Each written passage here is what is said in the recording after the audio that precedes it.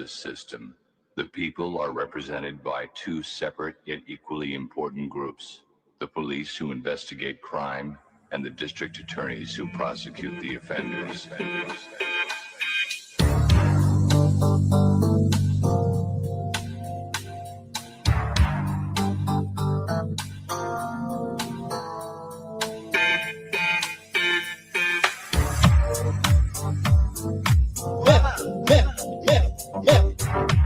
That's assault, that's assault, rape that, pop that, that's assault, that's assault, rape that, pop that. These people are going to eject you from this line. That's assault, that's assault, it is. You cannot touch me like that. Oh, I will be telling you exactly what happened. Rape that, these people are going to eject you from this line. That's assault. That's assault. We have video of her just touching. Out of that show, I will. Excuse me. Excuse me. Rape that. That's assault. You cannot touch me like that. Rape that. Rape that. Rape that. Rape that. Rape that. That's rape that. Rape that. Oh, I will be telling you. Rape that. Rape that. That's assault. That's assault. That's assault. Rape that. That's assault. We have video of her just. These people are going to eject you from this line. Out of that show, I will be assault. It is incredibly appropriate. I will. You cannot touch me like that. That's assault. Rape that. Flop that chair here. You cannot touch me like that. It is incredible. That's assault. Rape that. That's assault. Rape that. Flop that chair. Flop that chair. Flop that chair. These people are going to eject you from this line. Rape that. That's assault. Rape that. Rape that. Oh, I will. That's assault. That's assault. Oh, I will be telling you exactly what happened. Flop that chair. That's assault. Rape that.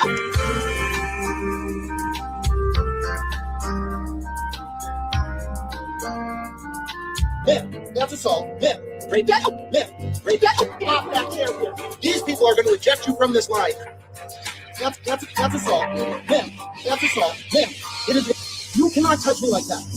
Oh, I will be telling you exactly what happened. Rape that. These people are going to eject you from this line. That's assault. That's assault. We have video of her just touching. Out of that show, I will be. Excuse me. Excuse me. Rape that. That's assault. Excuse that chair. You cannot touch me like that. Rape that. Rape that. Rape that. Rape that. Rape that. That's rape that. Rape that. Oh, I will be telling you. Rape that. Rape that. That's assault. That's assault. That's assault. Flop that. Rape that. That's assault. Flop that chair here. We have video of her just. These people are going to eject you from this line. Out of that show, I will be assault. It is incredibly appropriate. I will. You cannot touch me like that. That's assault. Rape that. Flop that chair here. You cannot touch me like that. It is incredible. That's assault. Rape that. That's assault. Rape that. Flop that chair. Flop that chair. Flop that chair. These people are. These people are going to eject you from this line. Rape that. That's rape that. Rape that. That's assault. Rape that. Rape that. Oh, I will. That's assault. That's assault. Oh, I will. That's assault. That's assault. That's assault. That's assault. That's assault. That's assault. That's assault. That's assault. Oh, I will. That's assault. That's assault. That's assault. That's assault. That's assault. That's assault. That's assault. That's assault. That's assault. That's assault. Oh, I will be telling you. That's assault. That's assault. That's assault. That's assault. That's assault. That's assault. That's assault. Oh, I will be telling you exactly what happened. Flop that chair here. That's assault. Rape that. That's assault. That's assault. Oh, I will be telling you. That's assault. That's assault. Oh, I will be telling you. That's assault. That's assault. That's assault. That's assault. That's assault. That's assault. That's assault. Oh, I will. That's assault. That's assault. That's assault. That's assault. That's assault. That's assault. That's assault. That's assault. That's assault. That's assault. That's assault.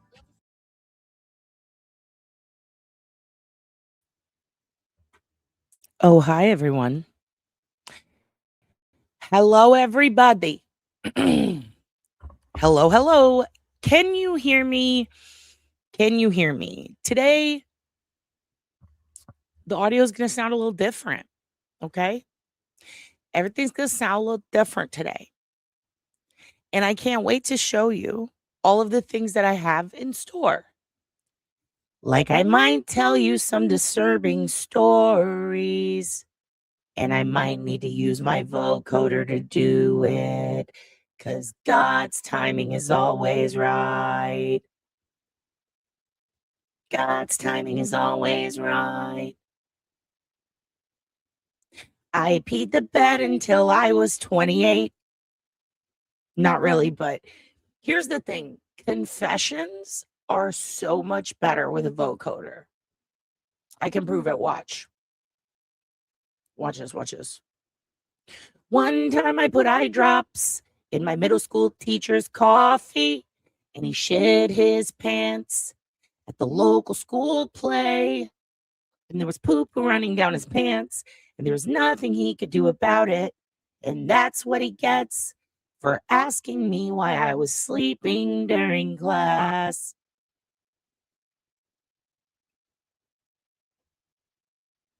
Because God's timing is always right. This is going to be insufferable. I am going to be insufferable for a while. Because I forgot that I had this. And now that I do remember that I have this, it's vocoder all day.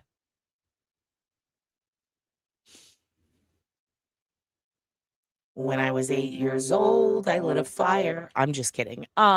Listen, let me turn all this off.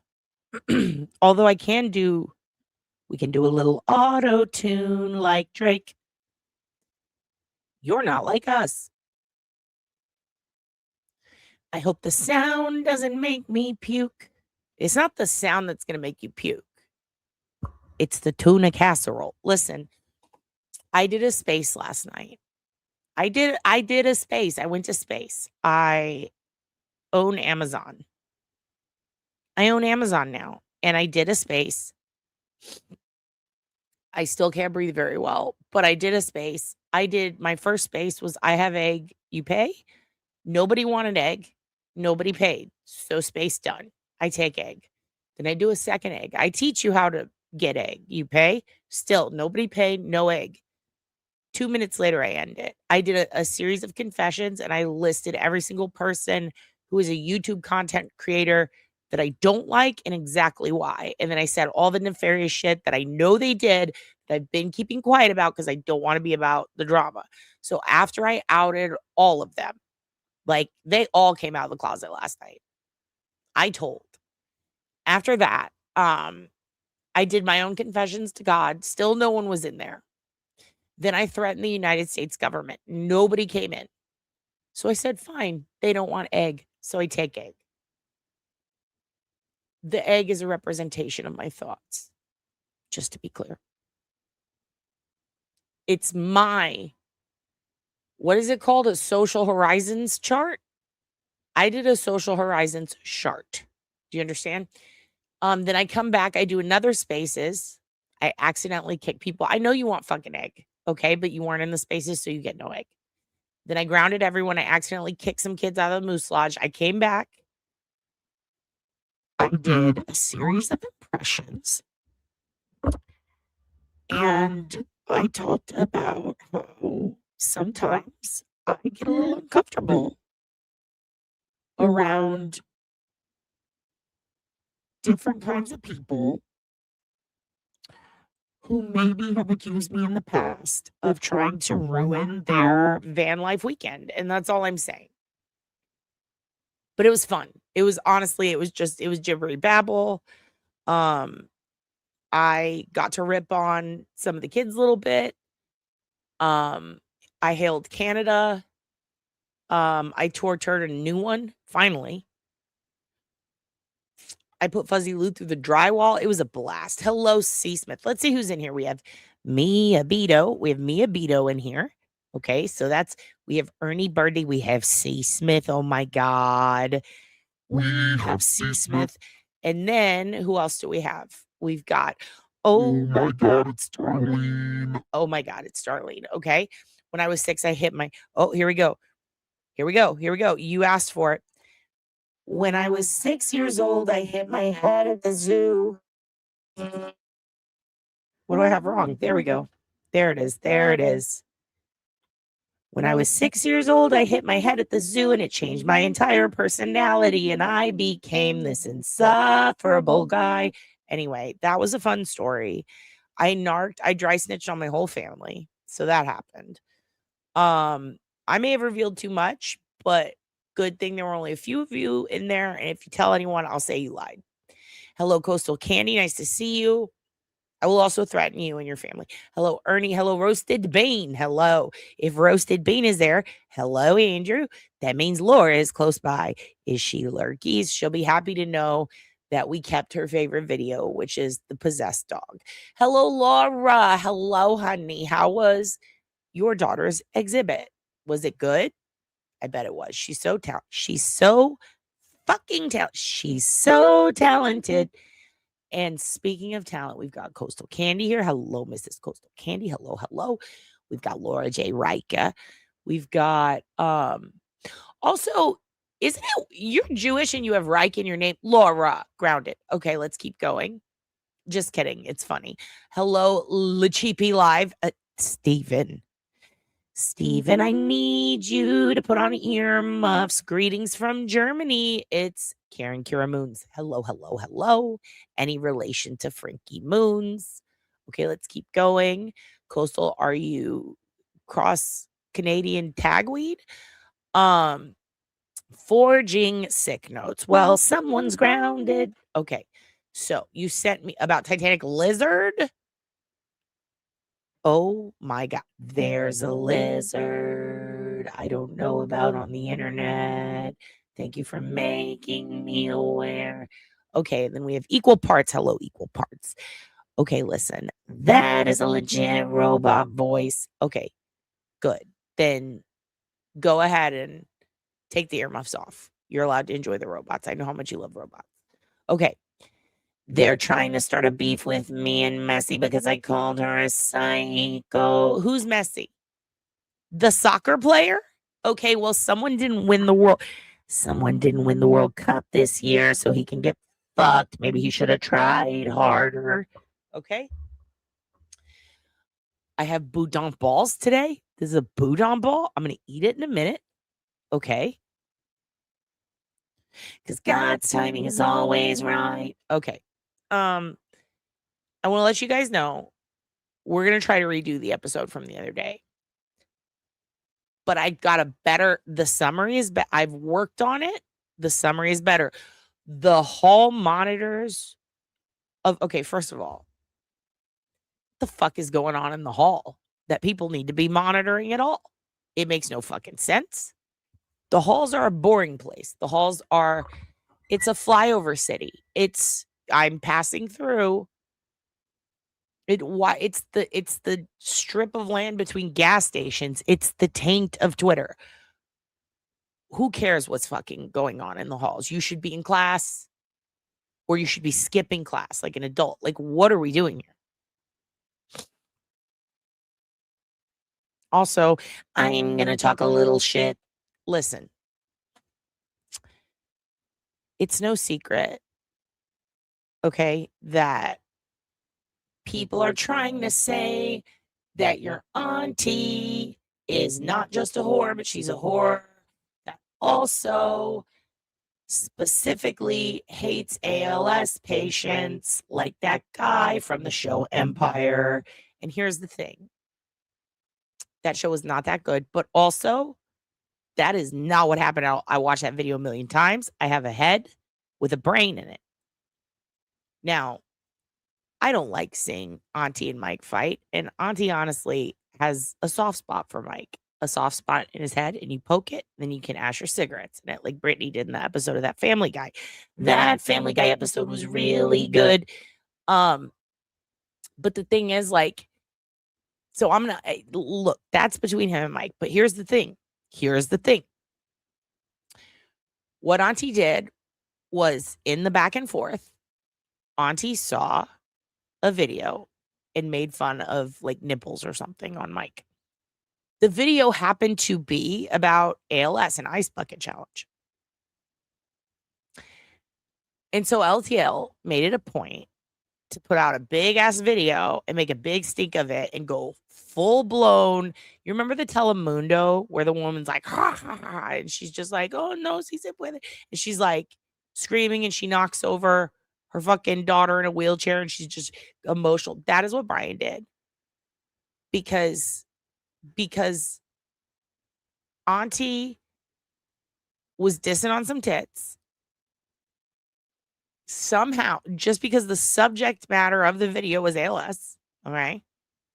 Just because of that, Brian decided to make a whole thing about these people hate AL, or they are against the ALS challenge, blah, blah, blah, blah. And then started naming names of people who passed away and then started threatening, I'll next time I see you, I need you to explain to the families of people who, first of all, holy shit. Holy shit. That is not that. How did you get there? Imagine if I was covering the Maya Kowalski trial and then Auntie pops in and says, hey, you big old bitch, your hair looks like shit. And then I made a video saying, because you think my hair looks like shit, you fucking hate Maya Kowalski and her family. And I want you to answer to me and to Maya's father, who is trying to deal with his wife's suicide, and he's trying to deal with his daughter having to fight an entire healthcare system. And now you're going to drag your online internet beef into this person's zeitgeist, and you're going to use that person's name to get people all riled up so that you can feel good about yourself. That's insane. Flip it. What if it was a compliment? You look very good with ice on you. You look very cold, and I like that for you. Wow, you have nice hair. Are we then going to make a video saying, bravo, you support ALS more than anybody else? No. Because that doesn't make sense, but neither does saying that someone does not support the ALS challenge because they made fun of something totally, like, it was so absurd. And it just bothers me how blatantly exploitative that is. Like, that is actually using somebody else's death from a very serious, horrific disease that is painful and slow and difficult to deal with. And you are not only using that so that you look good in an internet beef, but it also isn't your beef. Like, let's be honest, you weren't mentioned. And then not only that, like, to name the name, so now you've got someone who is dealing with the death of a family member who they love. What if they're having a good weekend? What if they finally got over it and it's their vacay? What if they're trying to heal? And what you've done is you've shook them and you've said, hey, by the way, someone thinks your son's shit is bullshit. Like, what are you fucking doing? You should be embarrassed. That's embarrassing. And then to slide in there in the middle of it, you don't even get a lot of super chats. Holy shit. Are we 4? Also, your worth isn't based around super chats. And if it is, you're a sick fuck and you need to get help. You need to seek help and get off the internet. Like, don't base your self-worth off of money strangers give you. You psycho. Base it off of who you are as a person and how you can sleep at night and how honest you feel. And if we're being real, like, this isn't the first time that's happened, right? This is the same dude who, like, dragged Enrique's family and all into Reddit and started a bunch of beef and bullshit and then made a bunch of videos about it. Like, I defended that guy because he cried. I felt bad for him. I hate seeing, like Fred Dursty dudes cry. It makes me uncomfortable. But, like, I'm tired of the crying. Like, clean up your period, put a tampon in, and get off the fucking pot. You're a grown-ass man. It reminds me of dudes who, like, if you bring up, like, hey, could you, like, could you not take my pen every day at work? And then they start crying and tell you how their mom was on cocaine their whole childhood. It's like, that has nothing to do with this. It's insane. And it's just really hard. It's really hard to see someone do that. Because here's the thing. If they had gone back and forth with each other, like Mike and Deb were doing, like adults, in a rap battle, making diss tracks, okay? Wrestling promos, keeping it 50-50. We're just being petty little assholes to each other. Fine. That's adult shit, talking shit. But then, like, the whole, hey, how about we take someone who's going through a lot and their kid died, and let's bring up that trauma for them so that I can feel vindicated in my beef against someone online that actually I'm inserting myself into because it wasn't even about it. Like, that's what he did. And it drives me nuts. And I just didn't like it. I didn't like it at all. And quite frankly, I'm tired of seeing, like, how many fucking thumbnails can you make about, like, it's fucking over for you now? And they always revert back to the, oh, this guy who wears dresses and makeup. Yeah, dumbass, he's fucking gay. He likes gay shit. Some gay dudes don't. He happens to like fucking RuPaul, and he likes Traitors, and he likes I Love New York. And yeah, he got a fuckload of followers because he's very funny in that fucking dress. Which, by the way, isn't even a dress. It was a judge's robe. And also, how fucking dare you? Are you shitting on kids in the hall right now? If you say something about Scott Thompson, when I heard your band and it's not very good, how dare you? You are a fucking phony and an idiot. How? Like, how do you not comprehend? Also, he calls himself a stand-up comedian. No, he doesn't. He absolutely doesn't. He actually makes it a point to repeat over and over, listen, I'm not a fucking stand-up. I just made this thing. My sister suggested I make funny videos. And by the way, that didn't start with Karen Reed. Like, he made a bunch of them, like, dressed as his mom or some shit from high school, and it was fucking hilarious. He's had that thing inside of him from Sniffies. No, he's got that kids in the hall thing. It's why I think he's fucking funny. Like, it's so crazy to constantly repeat back what he's doing. Like, do you understand how crazy that is? Yeah, we do not think Steven's right. Steven's right. Steven's right. Steven's right. We don't accept kids in the hall slander north of the border. Running. I'm not going to do it. You know what song's coming. Yeah, I don't watch any of them. I don't. Yeah, exactly. And fire my friends who got hired there. To be honest. Fucking hire Jimmy and fire my friends. Because Jimmy would be funnier. To be honest, he would be funnier. And, like, here's the thing, like, this isn't my battle, but I am inserting myself only because Brian did it. But here's the difference. I'm not going to cry. Okay? Because when I cry, it's about important shit. Not creating a problem where there wasn't one. And then trying to drag a victim's family, a victim of a horrific disease. It's up there with, like, I'm not even going to rank it. But, like, Bob Saget, his sister had scleroderma. That's fucking horrific. That's a horrible way to die. Like, people don't understand. Like, I don't even understand the seriousness of shit like that and MS and, you know, degenerative illnesses where you're slowly not, you are deteriorating. It is horrific. It is, right?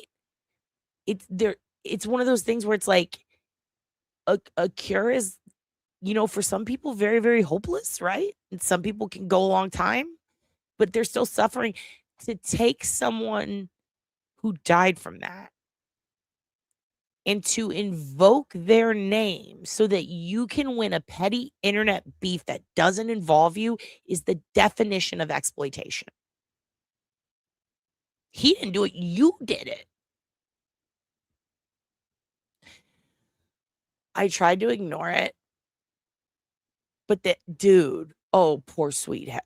Yeah, and that's the thing, like, and Mia, are you gonna make a video yelling about that for 45 minutes and then accuse him of not getting enough super chats? No, you're not, because you're a good person and an adult. And, like, I wish he would award other people. Here's the thing. If he had just talked shit, it's like, that's their fight, and Auntie can totally handle himself. But, like, that was too far. That was too far. Yeah, it's pretty fucked up. I feel manipulated. I felt horrible, like, when I thought he was getting bullied, but then I realized he's one of those kids that maybe he needs to get his ass beat or something. He looks like he's had his ass beat a few times. Maybe he's a little qualling. Here's the thing. I've listened to him rant about his thoughts on politics and shit, and I'm like, oh, holy fuck. This privileged little shit. But, like, pulling up and using specific things in your life to your advantage so that you can get sympathy, fucking rough card to play, but I guess you're going to play it all the time. But don't pull up other people's tragedies to do that, because that's actual exploitation. Yeah, you can. Dude, I tried to introduce myself once and he scolded me. Like, what, dude? Maybe the reason nobody wants to talk to you at parties is because you're not very nice. Try being nice. By the way, Auntie thinks that I have some sort of like fucking concussion because I have a memory that he says didn't happen. But am I wrong? Okay, so Mazza made an award for Turtle Boy, right? So Mazza gave the award to the Turt. Didn't BLT make an award out of like wood or something and give it to Jessica as like a last ditch effort to keep her in the studio? And then she did a P Diddy and was like, I'm bouncing out the studio. Because I remember that. And then didn't she make a series of videos being like, I didn't even want this fucking award. This fucking stupid. Like, that happened, right? Because Auntie's like, I don't remember that at all. We need to find it. Yeah, and he smashed it. He smashed it. Do you see what I mean? Someone needs to say something. He needs a paraca. He needs a spanking. Who bacon, lettuce, and tomato? Why are we slandering such a top? First of all, BLTs are delicious. He ruins BLTs for me. I have to think of a new name for the sandwich. You know what I mean? Like, we got to. Yeah, he made a fake glass award, right? And then he gave it. I thought it was wood. I thought the one Mazza gave was glass, or someone gave it to Mazza that was glass. I could be wrong. Hi, whores. Honey, Megan and Megan, I'll probably need an attorney because I'm going to get sued for saying someone cried. In all seriousness, I got so annoyed because I'm like, how are you doing the thing that you're getting mad at people for doing? It's very condescending. And I get so pissed off when people are like, you wear a wig. Okay. You have glasses. Like, seriously, like, what if every time someone tried to insult you, they were like, oh, yeah, well, you have glasses and you went to a decent school. You know? Yeah, they do leave out the mayo. It's kind of weird. BMLT? That could be the new name. Very condescending. Yep, that one. So I was on Tinder and I slept. Oh, let me guess. You judged a woman by her looks? And that didn't work out for you? Wow. It's almost like we learned not to do that when we were children. Crazy. I mean, I'm going to call him the faucet because he's a drizzly bitch. He be dripping all the time. Stop crying on everything. Stop crying on everything. Stop crying about everything. And stop crying for everything. Like, just stop weeping. I'm actually on my period and I'm as dry as a Canadian moose. What are you fucking drinking? Are you chugging salt water, sir? You cry too much and it's embarrassing. BLT. Again, I still like Auntie and Mike. And quite frankly, I hope that one day we can all get in some sort of, I don't know, hand-to-hand combat together for fun, dressed as the inflatable sumos. Or maybe we'll rob a boat. I don't know. But Brian can't be there because he's going to cry and then tell on everyone and then blame us for getting him involved. Dude, Papa's going to do his big reveal. He's going to come back like when Elvis came back again. Or was that Jesus? I don't remember. But he's going to come back. And then when he does his comeback after that, crotch fruit? My boudin balls? Dude, he rub an egg on that motherfucker, right? Like something needs to happen because that was absurd. It's like, what if he were doing a video about like a shooting, right? Just a shooting.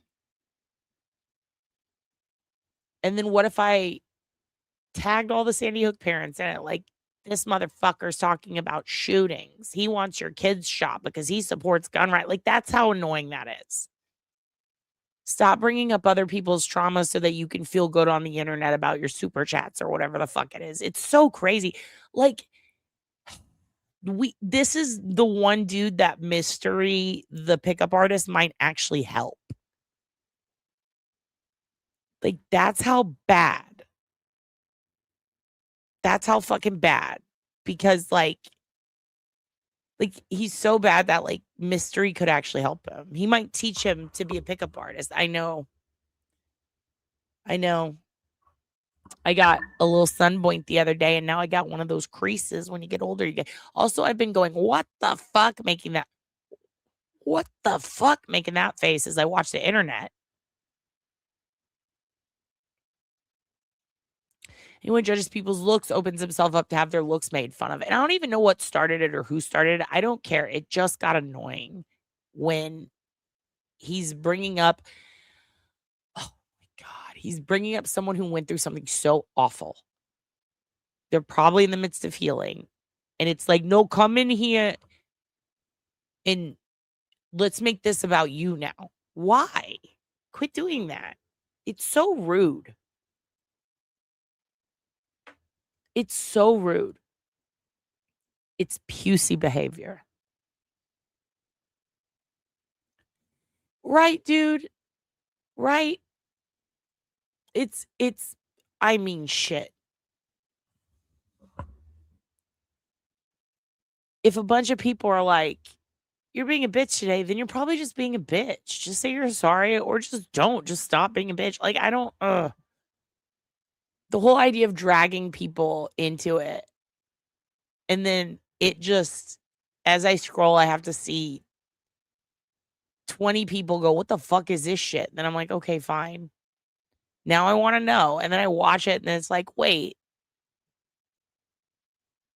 I don't mind if you're like fighting with my friend because I know he can handle it. But like, did you just accuse him of doing the thing you're doing right now? That's insane. It's just too much. And I just want you guys to know that as much as I try to say, hey, everybody, let's be cool. Let's stop fighting. Enough with the beat. Like, sometimes it's like, you know what? Get this dickhead. Fuck him. He's ruining a good rap battle because he didn't practice. Ugh. It is. It is. Who's Omarosa? I'm Richard. I'm that horrible man that everyone hated. That's the one. I'm over here like, listen, I'm just gonna try to win. Okay.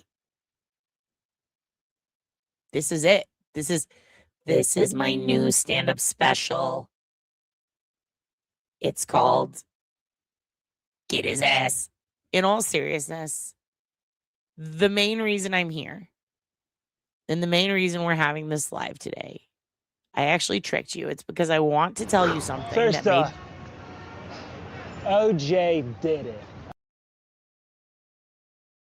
Okay, so there it is. And now you know. And you're gonna have to deal with that, okay? You are allowed, you have to practice rapping. You gotta fucking jam out with your right. You gotta put on that beat.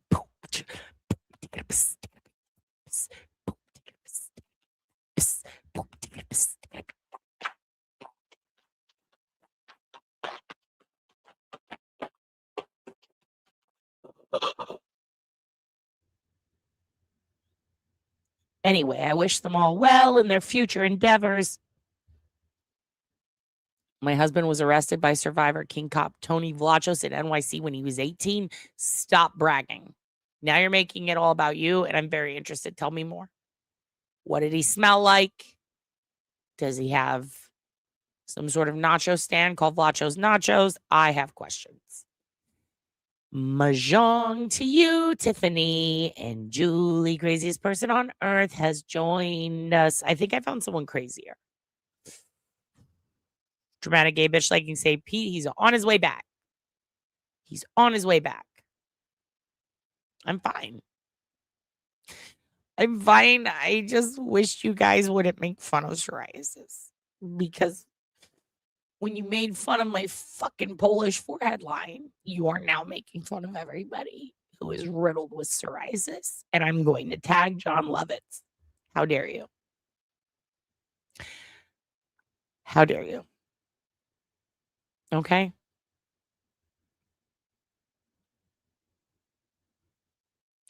When I was in high school, oh, wait, no, it's not going to work if I don't get that. Here we go. Here it is. Oh, God, this sounds good.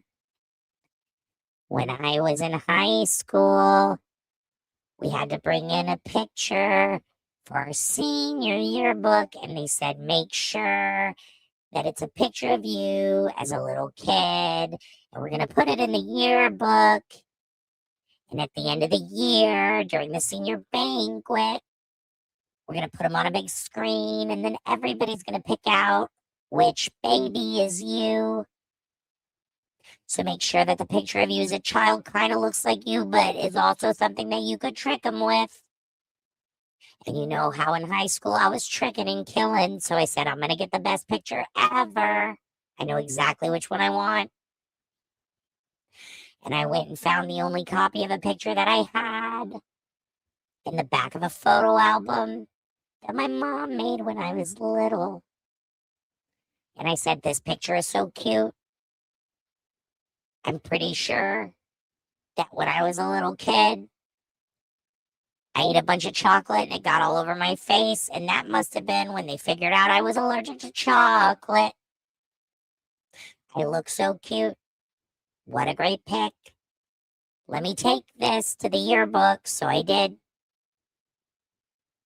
And the yearbook lady was like, oh my God, look at you. You're so cute. Your face is covered in chocolate.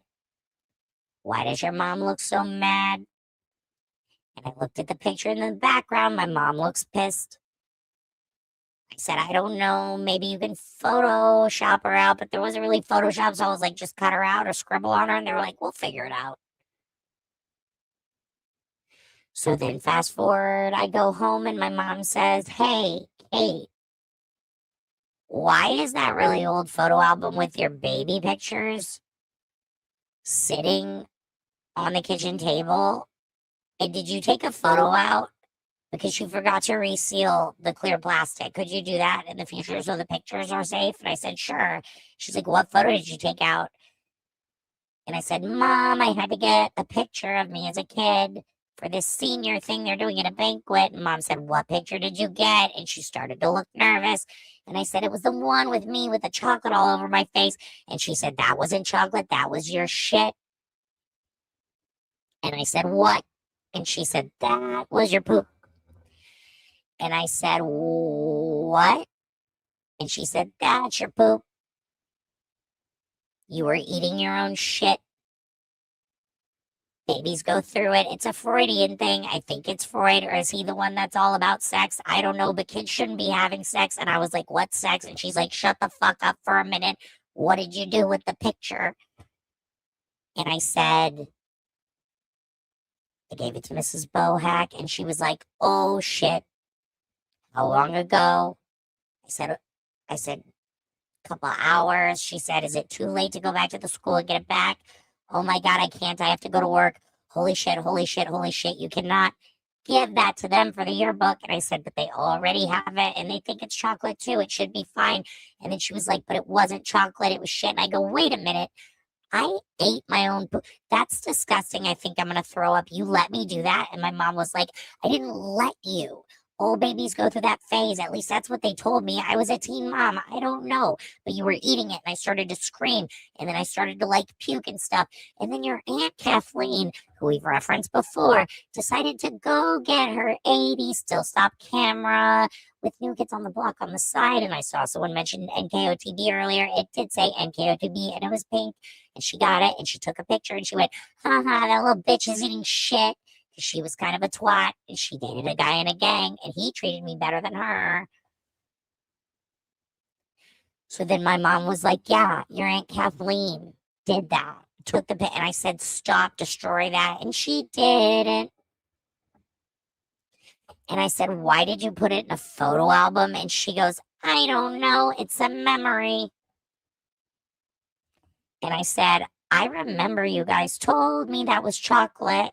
And my mom's like, yeah, because I didn't want to upset you. And I was like, what the fuck? And she was like, well, I didn't think you were going to go put it in the yearbook. And then I said, all of this makes sense because I would think I would have died by that amount of chocolate because I'm allergic. So then I went back to the school the next day and I said, hey, Mrs. Bohack, can I have that picture back? And she said, which picture? The one of you with the chocolate? And I said, yeah. And she was like, why do you want it back? And I said, my mom is really mad. And she said, why is your mom mad? And I said, because I wasn't supposed to take it out of the photo album. She's like, why not? I was like, because it's kind of an embarrassing situation. And I now know why my mom was mad. And she was like, oh, what? Did you get chocolate on everything? And I was like, no, I was eating my own fucking diarrhea. Can I have the picture back, please? I was a baby. Freud said it's fine. She was like, oh my God. She said, we've already sent it off to the printer, but let me call them and see if they've started working on it yet. And keep in mind, this was like the late 90s, early 2000s, the year of the Price Master. And I said, oh my God, you have to stop it. She said, they're going to put it on a screen and everyone's going to see. And I said, I fucking know. So then she said, we have to go to the counselor and we have to see if she can help us because I can't remember the name of the company. And then I started having a hyperventilating fat girl attack and said, oh my God, they're going to call me shit eater. Luckily for me, Ricky was in charge of making sure that they all got dropped off in the right room so that it could go off to the presses. And lucky for me, Ricky's parents were alcoholics. So they were late in picking him up and driving him across the campus because it was a really big campus. It's a farming community school. And so at that point, because Ricky's parents were alcoholics and kind of forgot to pick him up, he ended up hiding the yearbook somewhere so that he could come back in the morning and do it. Because that's what we did when we were poor. You buried and hid things, and you did shit later. Turns out, they were able to call him at home, and he said, don't worry, I put it in this area behind the hallway. That's kind of a storage thing, and they said, we'll find it. And it had a couple of these temporary, because they do one for the juniors or seniors. It doesn't matter. There were 498 kids, and I was the only one with shit on my fucking face. It was a farming school in a county that serviced degenerate farm children from 4 counties. So it was a bunch of hillbillies and rednecks, and they were going to know that I ate my own shit. And what's crazy is my grandma always had this phrase where she would say, you kids are being selfish. If I had a turd on a stick, you would want a bite. And I was like, that's kind of fucked up. Why would I want to eat a turd? Well, it turns out, because I already did. So when people say eat shit, I say, no, thanks, already done that. Do I remember it? No, I'm presuming I dissociated which makes sense because eventually I became the high school mascot.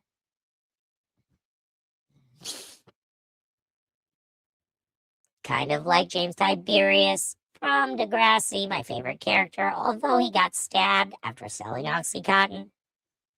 I never did that. But anyway, long story short, they were able to get it in time. And nobody saw me eat my shit. I do not know what happened to the picture, though. And when this is all over, I'm probably going to make it a members only. The picture I did use was really cute, though. I was in a watermelon dress eating a hot dog. Let me correct myself. I just lied to you. I was stealing my aunt's hot dog. But she also has a lot of mental issues. This isn't Kathleen, that's the other one. And she stabbed me once on Christmas, so she kind of deserved it. Because deep down inside, I knew it was shit. And because my mom was freaking out. If it were up to me, I would have preferred she lied to me and said, no, it was chocolate. But I knew the second my mom's eyes widened, there's something going on here with that picture.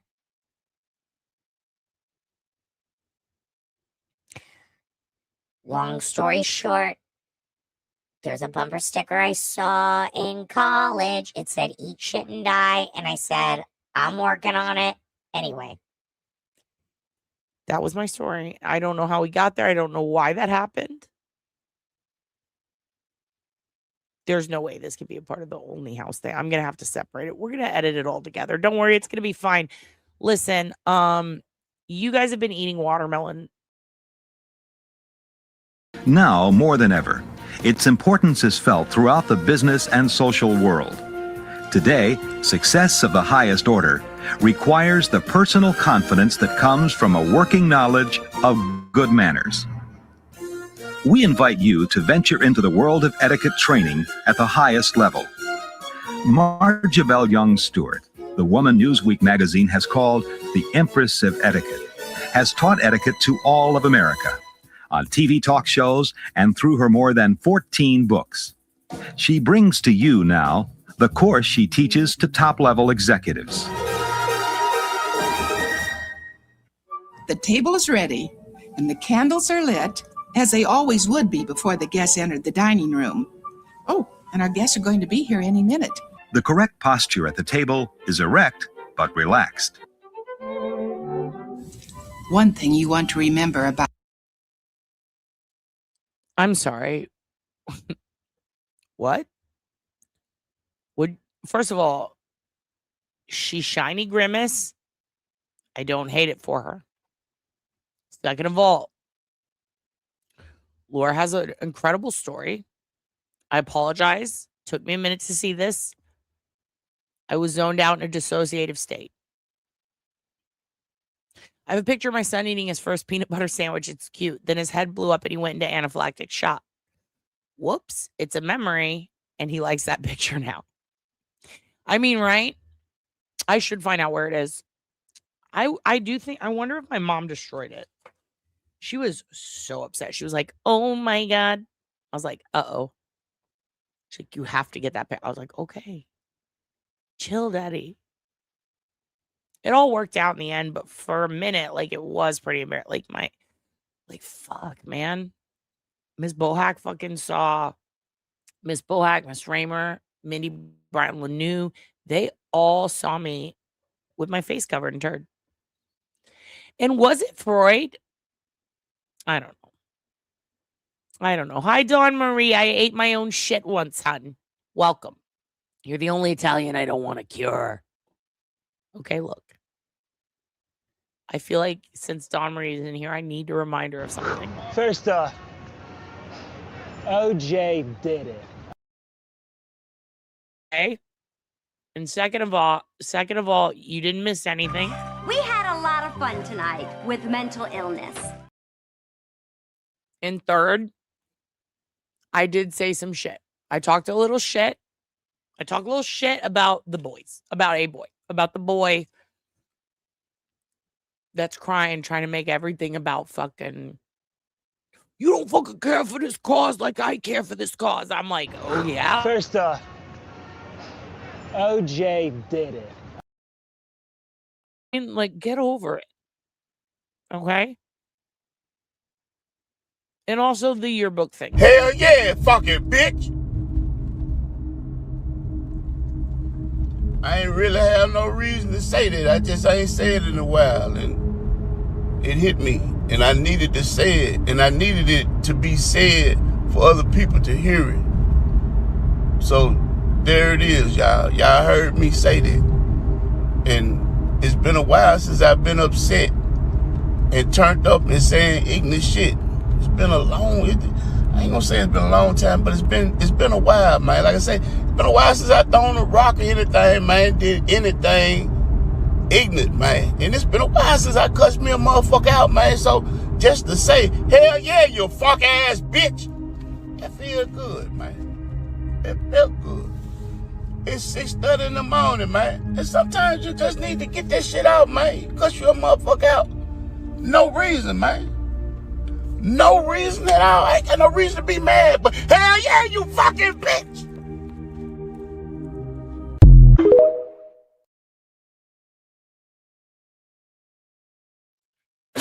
Excuse me, I coughed an auto-tune. You know, this is a great question. She wanted to know, did it make the yearbook? Well, Tish, guess what? It didn't. Because my friend's dad and mom couldn't control their alcoholism around Zimas and Sky Blue. And on the occasion, some sort of different flavored Boone's Farm. And sometimes his mom had a fuzzy navel or two. But you know what I had? Shit on my face. And this idea is great. Oh my God, I got shit on my face. It's me, Robin Leach. Welcome to the lifestyles of the shit eaters. It's really hard to not do Australian when I'm in this mood. But like it's a Robin Leach. All of these rich people are very rich. They go to a rich island where they eat shit. This carpet is worth 30 million. I can't do it. The carpet is what I was in Robin Leach this morning. I was inside of him. But now I'm in OJ did it mode. You know what I mean? Hi, it's me, Robin Leach. When I was a child, I ate my own you know what I could do? I could try this. Let's try this. Ready? Oh my God. Oh my God, Peter.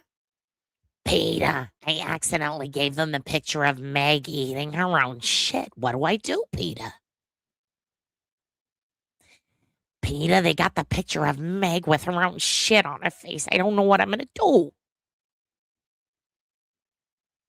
We'll figure it out. Lois figuring out that Meg took the school picture to school where she's got shit on her face. Oh my God. Okay, this is how you eat a watermelon. The table is ready, and the candles are lit, as they always would be before the guests entered the dining room. Oh, and our guests are going to be here any minute. The correct posture at the table is erect but relaxed. One thing you want to remember about eating delicate soup is don't slurp. All you need to do is bring the soup to your lips, tilt the bowl, and inhale like an angel.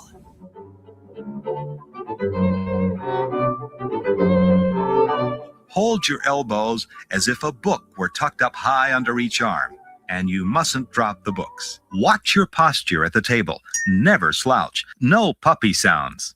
Keep your lips together when chewing. The host proposes a toast to the guest of honor. This is done by standing, raising your glass to eye level, and speaking briefly on the marvels of the one being toasted. If you are that one, don't drink. Just sit still and blush. Never let a toast run longer than 3 minutes. If you're a junior executive, ask the host privately if your offering a toast would be acceptable. Never wear a strapless dress to a dinner party.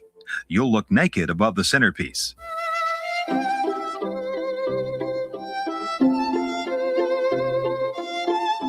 There is a grown-up way to eat watermelon. Use a knife and fork. If you get seeds in your mouth, and you will, drop them into your tightly cupped hand, then put them on your plate. To use the American style, you'll hold the knife in your right hand and the fork in your left. Stroke the meat. Stroke the meat. Never saw. To all of you, love, laughter, and happy ever. Okay. I know what you're thinking. Why did that guy use a knife and a fork to eat watermelon? And why did he stab at the watermelon like that? But then when he got his meat, he just stroked it. It's because men do stupid things and it's not up to me to figure it out and justify it. Sometimes they just like to get real erect and stroke their meat. The soup to your lips, tilt the bowl, and inhale like an angel. Hold on. Did that filter register for you guys?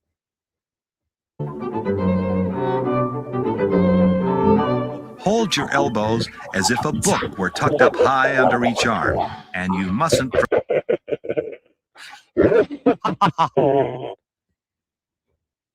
Anyway, that's been the show. Just kidding. drop the books. Watch your posture at the table. Never slouch. No puppy sounds. Keep your lips together when chewing. Oh my God. Who's making fucking puppy sounds? Who's stroking their fucking meat off making puppy sounds? I have to change the title of this video. This is so deceptive and wrong because we're an hour in and I'm ridiculing the way grown-ass men ate in the 80s. And how many puppy sounds they make. And then I told you that I ate human shit. Oh my God.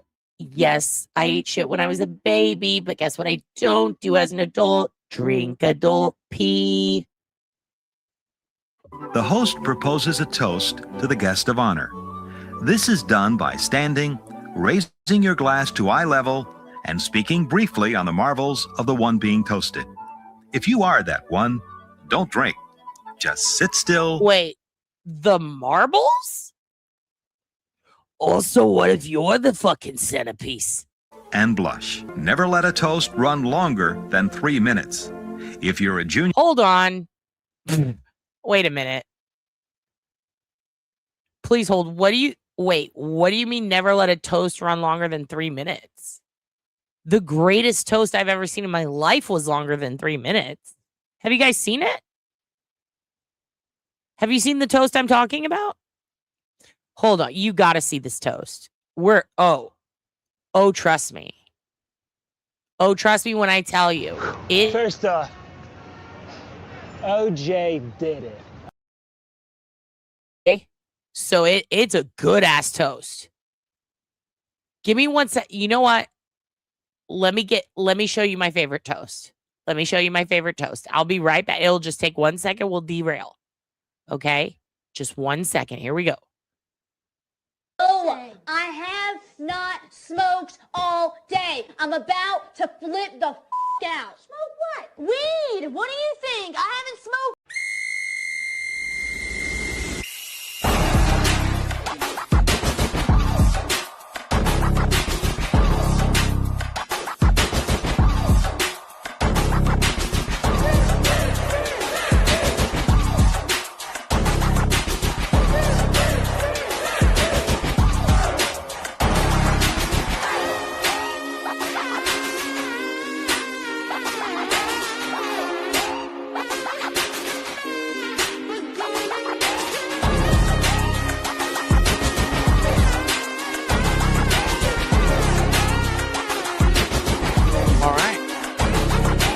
Yeah, it does go pretty hard.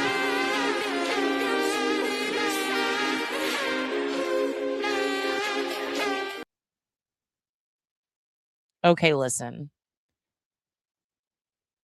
A speech isn't great just because it's under 3 minutes. If anything, I would argue that the best speeches are around 5. This is personally my favorite speech or toast ever of all time, and I hope you enjoy it. It's from a little group called Murder Fist.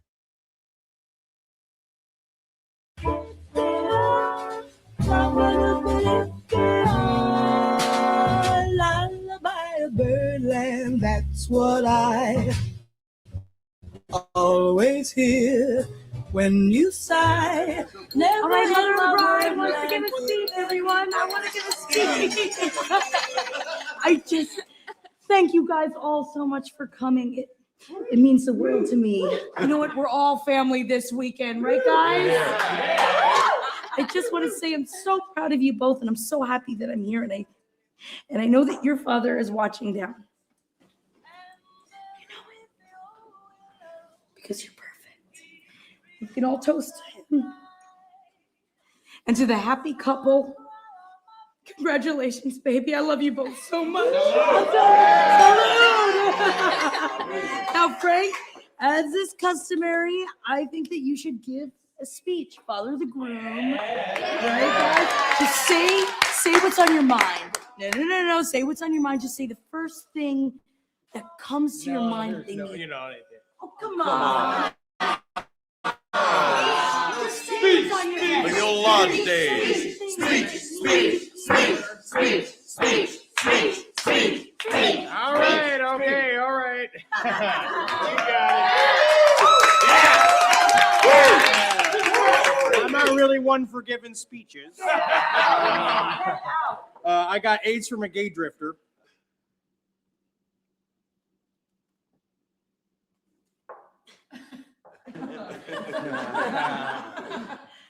Rachel and Gregory, the way you guys look at each other, I think it's beautiful. I think we can all agree on that. And it's going to be a long, happy life together. It'll be fine. It'll be good. It's going to be happy marriage. Dad. What? The way you guys look at each other, I think it's wonderful. I'm so happy you're getting married. Yeah, before that. I'm not one for making speeches. After that one. I got AIDS from a gay drifter. I was at a carousel party, dressed as a pony with a bunch of drifters. And drifter shot a bunch of his semen on the table. I chopped it up like it was cocaine. I did it like it was cocaine. It had AIDS in it. Now I got AIDS in me. You asked me to give a speech. You remember that? Remember when she asked me to give a speech? She's like, oh, Frank, why'd you say what's on the top of your mind? You know what's on the top of my mind? I got AIDS. Frank's got AIDS. Second thing that's going on in my brain? Lost all the family's money.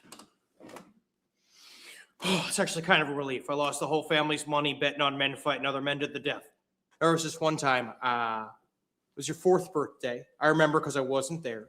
I watched a man named Big N-Word Joe, sorry, Clara, beat a man named Gargantuan to death in a graveyard. He dug up a tombstone and he just fucking smashed his head in. Group of people standing around watching it, right? I remember because it was weird because it was like, I didn't know that brains could be so fucking pink. You know, his brains were all smashed up in the grass like someone had thrown a bunch of peeps in a fucking microwave. His daughter was there, smiling from ear to ear, and I go up to her, hey, little Margarita, why are you smiling? Your dad's a fucking human doorstop, right? And she's like, I won $2,000 because I bet against him in a fight. That's the hardest 3-year-old I've ever met. So that's what I think about. That's what I think about when we're all standing around in a circle like a bunch of fucking assholes talking about how old daddy here is going to pay for this rehearsal dinner, even though daddy doesn't have a goddamn dime to his name. You asked me to give a speech.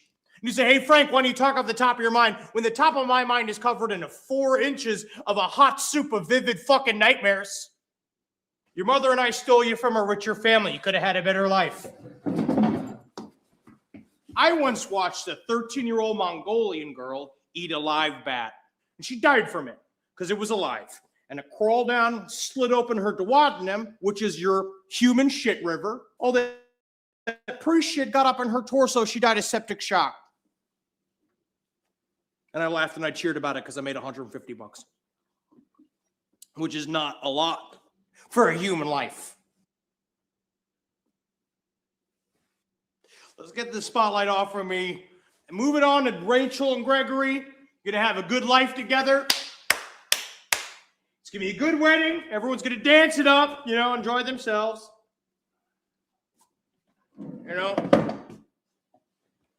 Somebody else to say something. This speech must end.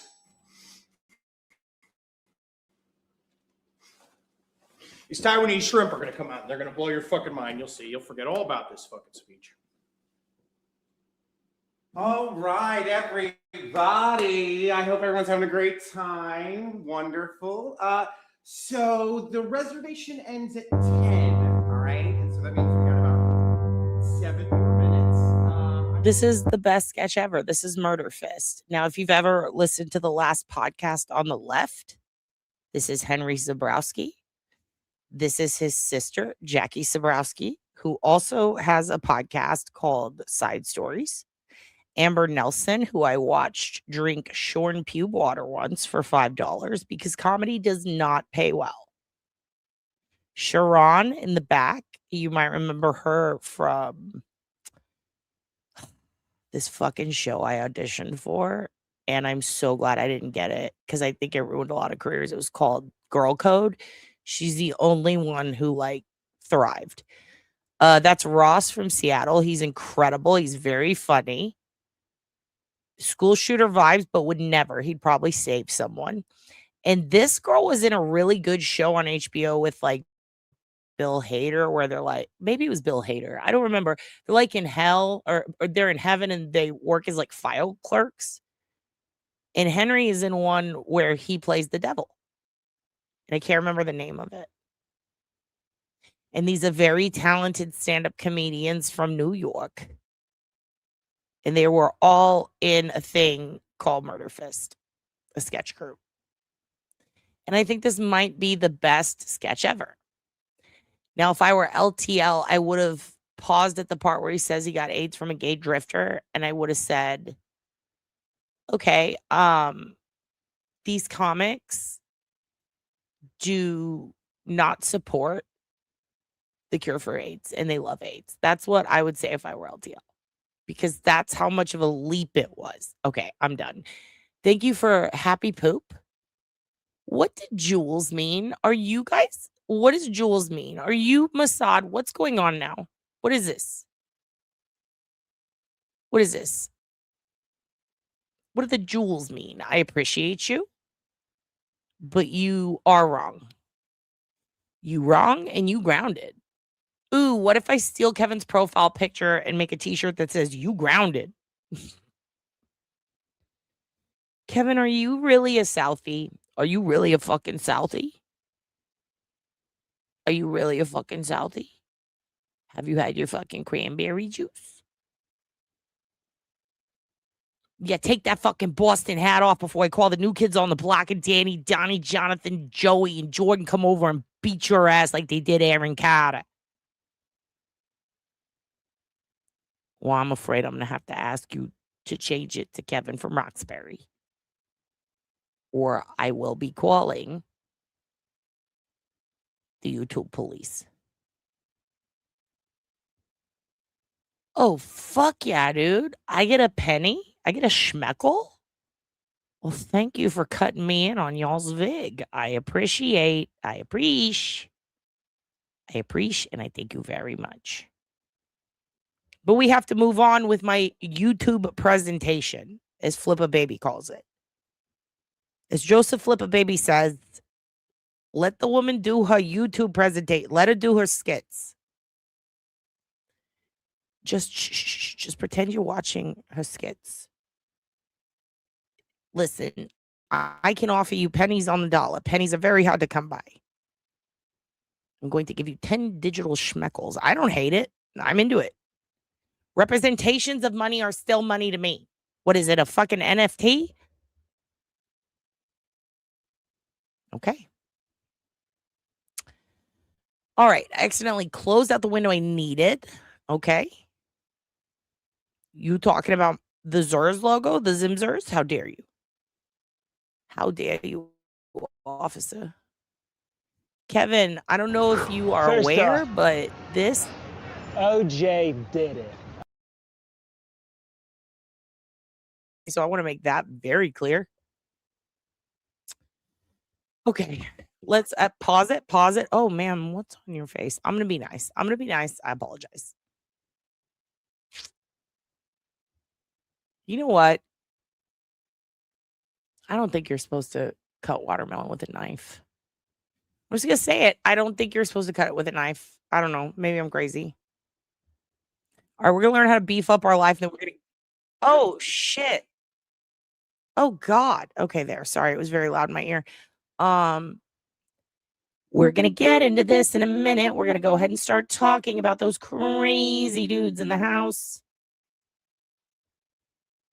If the glove doesn't fit, you must acquit. Why no? Because I forgot to put the prayer in the playlist. I'll lead you in a family prayer. But we're going to do it in this voice.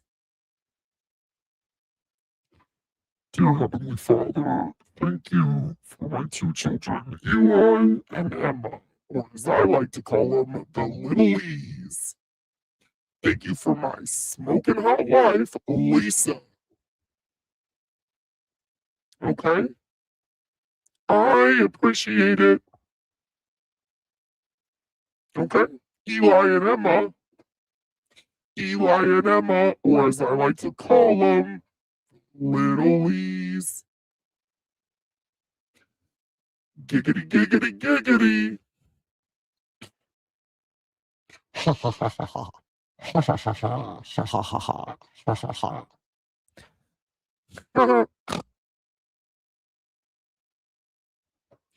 Or as I like to call them, the Little Lees. Oh my God. Oh my God.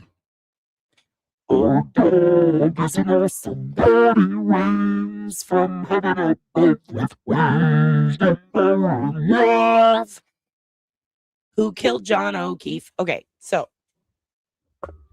now that your pets are all scared, let's go ahead and beef up your life. This is art. What you're doing is art. This is a performance piece. Welcome to my installation of crazy. Okay, let's see. Today, in honor of being crazy as shit, I'm going to teach you how to beef up your life, and then we're going to get into the gabagool. Okay? So we'll do, yeah, this is your time. If you have to do a pee-pee or a cocky, go ahead and do it soon, because I'm not going to turn this car around. I'm not turning this car around. So if you have to spray diarrhea all over the back seat, that's just what we'll do.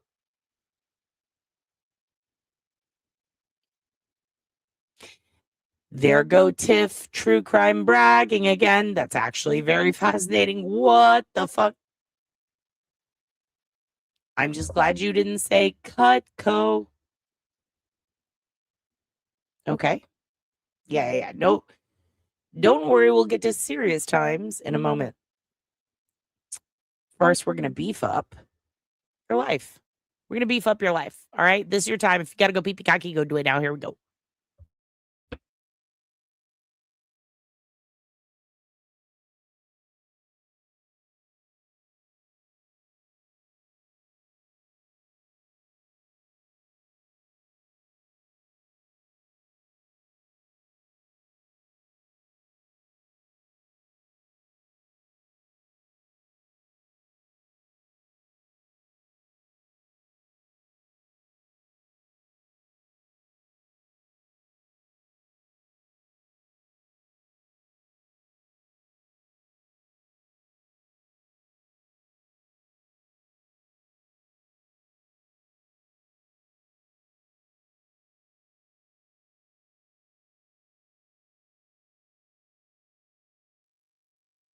Oh Oh my God.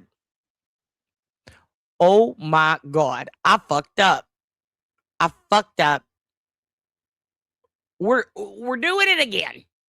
Don't you think maybe we could find us a brand new recipe? I'm about to introduce you to one of the most misunderstood foods in our food chain today, beef. Let's take a trip to the butcher shop where understanding beef begins. Beef is my background. Over the years, we have discovered that beef has a certain mystique. Most of the questions asked in our butcher shop are about beef. Well, there's roast, there's ham, steaks. I don't know. I'm not sure. I don't know. What do they really enjoy?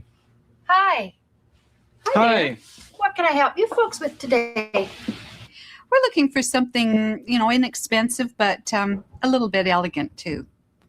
Something that looks and tastes great, but isn't too difficult. Company coming? We're having a party. Yeah. We've got a beef flank steak. It's lean, it's quick and easy to cook, and it tastes fantastic. Beef? I don't know. We've heard things about beef. Well, let's take a look at some of the facts, and you can decide for yourselves. Okay. It used to be that chicken and fish were the good guys, and beef was the bad guy. Well, that's changed. Today's beef has fewer calories than you probably think. Cooked and trimmed, sirloin steak compares favorably with roast chicken in terms of fat and calories. Beef is a perfect choice. You mentioned a flank steak before, and it sounded good. But what is a flank steak? Well, let's take a look at the beef chart and begin with the basics. Thanks, Nancy, and we'll let you know how it turns out. Good luck and enjoy.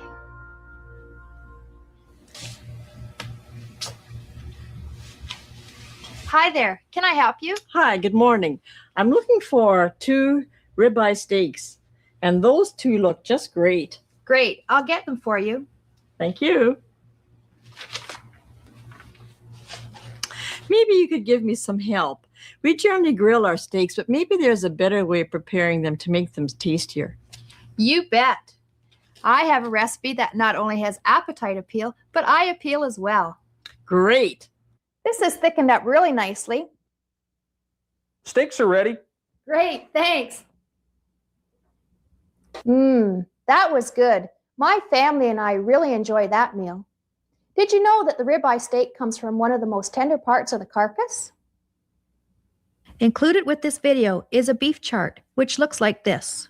We hope you have enjoyed Beef Up Your Life. Until then, bon appetit, and keep on cooking something up. I'm here with Trisha from Tarot and Astrology, and she's been so kind as to come in and give us a reading, a tarot reading. And so let's get right to it. What exactly is tarot, and how do you use it to predict one's future and all that jazz? It's a lot of people are real psychic with it. I don't consider myself psychic. I consider myself very intuitive. A lot of people say I'm psychic, but that's a big honor.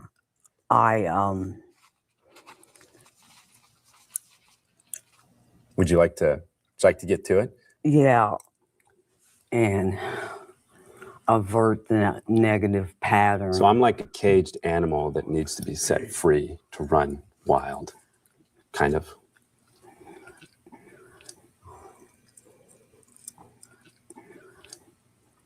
Could be. All right. Well, thank you very much, Trisha, for coming in, and we appreciate everything you've done. You can call me at 319. I live at Muscatine Avenue, apartment number 1. It's right across the street from Walgreens. Well, thank you again for coming in. We appreciate it. I appreciate it. Okay. Blessed be. Thank you very much. I'm very honored to have this opportunity.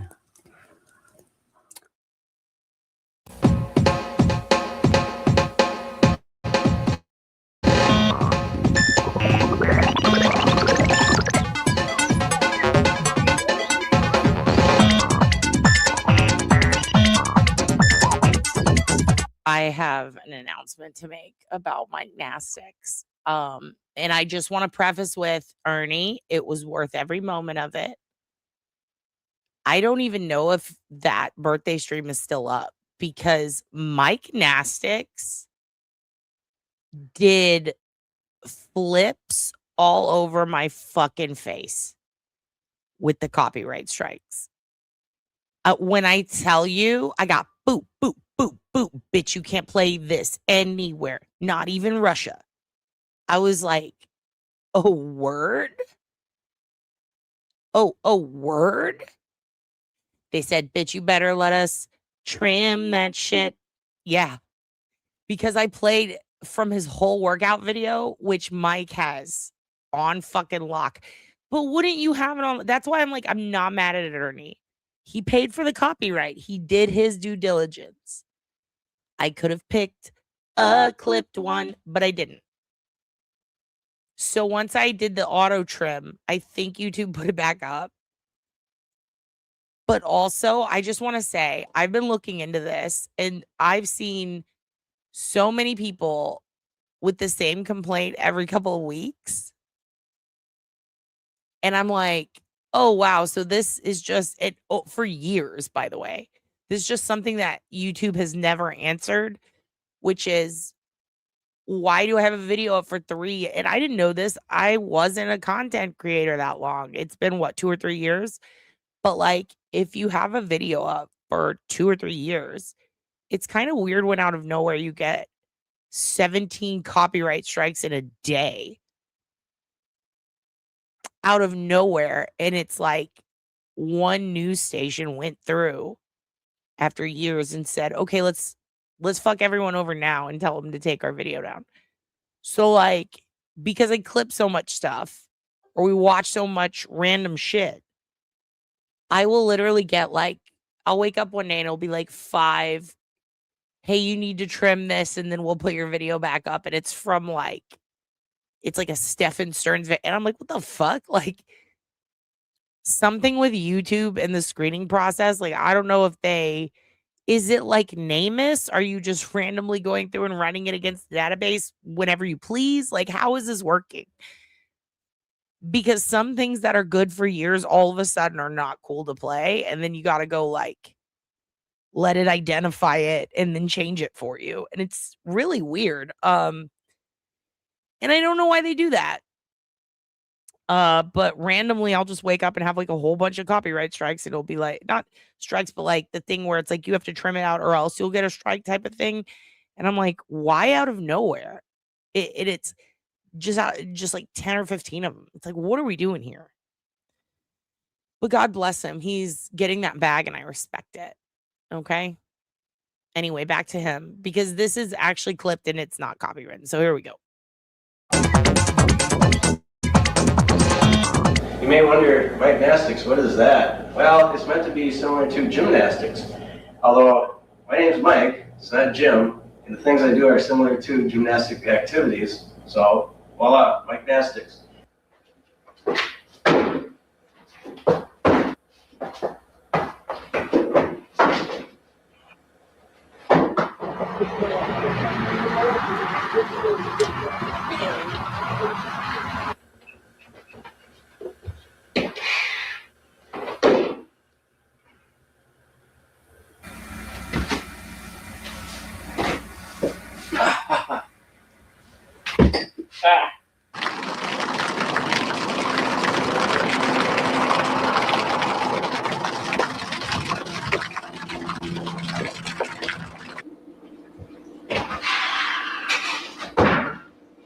There we go.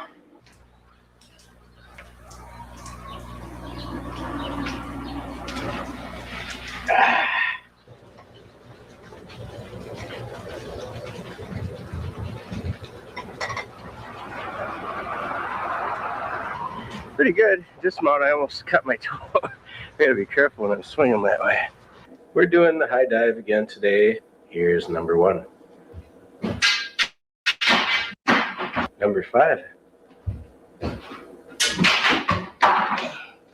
Number 11. Number 17.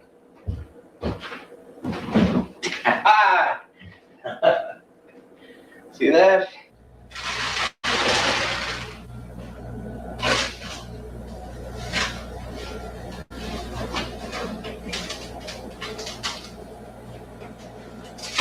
So there you have it, and hope you enjoyed the show.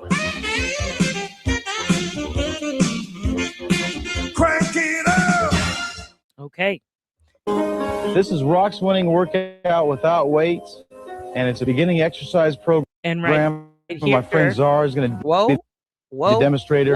Whoa, Rock, chill. I put this video in here. This is the last one, and then we'll get into it. As a dedication to Rock Chalk, who has a hole in one of her limbs. I don't know what it's from.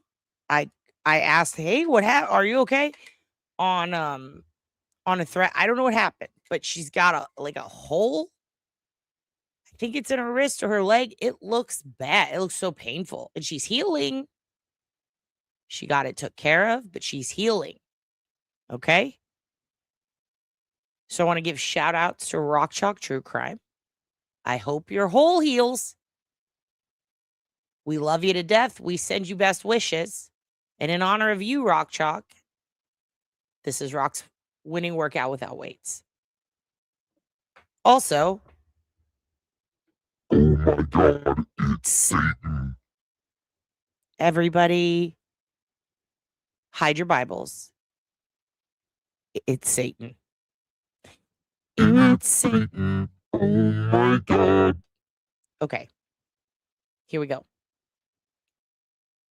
This is Rock's winning workout without weights, and it's a beginning exercise program. And my friend Czar is going to be the demonstrator, and we're going to go through this exercise routine. And you can follow along with this exercise routine, the beginning part of it, and then later we'll show you some exercises you won't be able to follow along with. The last exercise for the calves is called jumping up and down, and follow along with Czar. He's going to do 10 of them. 1, 2, 3. Now what we're going to do is we're going to have my friend Doral Silverthorn's going to talk about the relationship with fitness and the Bible.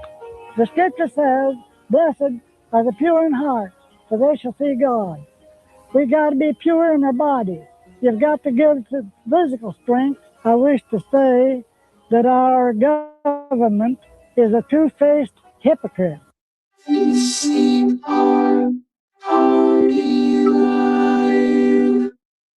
Okay. Oops. Oops. I accidentally threw this in there also. My bad. Hey, jig, don't jog, or you're grounded. How about that? Ready? Tap your toe. And out. Warming up shins and ankles. In and out. Okay. So I had to throw this in because I have a lot of questions. I need help figuring out what the fuck is going on here. Is this the new white people of Northport? Is this the new Dance Kinetics?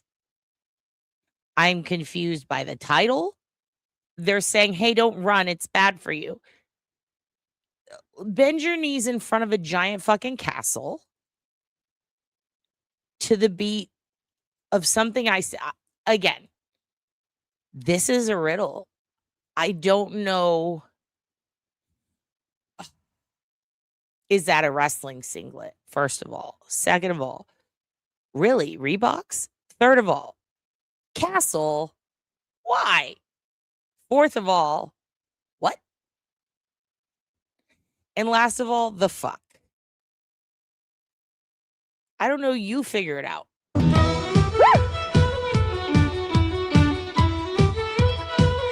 4 more. Good. Same leg, that the arms. Press back. Warming up the back of the... Okay, I'm sorry. Wait, I'm sorry, sir. Are you trying to get us pregnant? Good. 4 more. Okay, he's trying to get us pregnant. First of all, who wants to marry him? Second of all, why is it me? Third of all, who's going to tell Dylan? Fourth of all, it's okay. We'll be poly. Fifth of all, them some high knees, you bitches. Good. 4 more. Good. Same leg, that the arms. Press back. Warming up the back of the shoulders. Posterior deltoid. Oh, don't worry. I am. I didn't know, sir, I didn't know you could kick that high. It's not working. No babies coming out from that. If anything, it looks like he's trying to push the babies in. It's very concerning. I don't like, why are they on the edge of these rocks?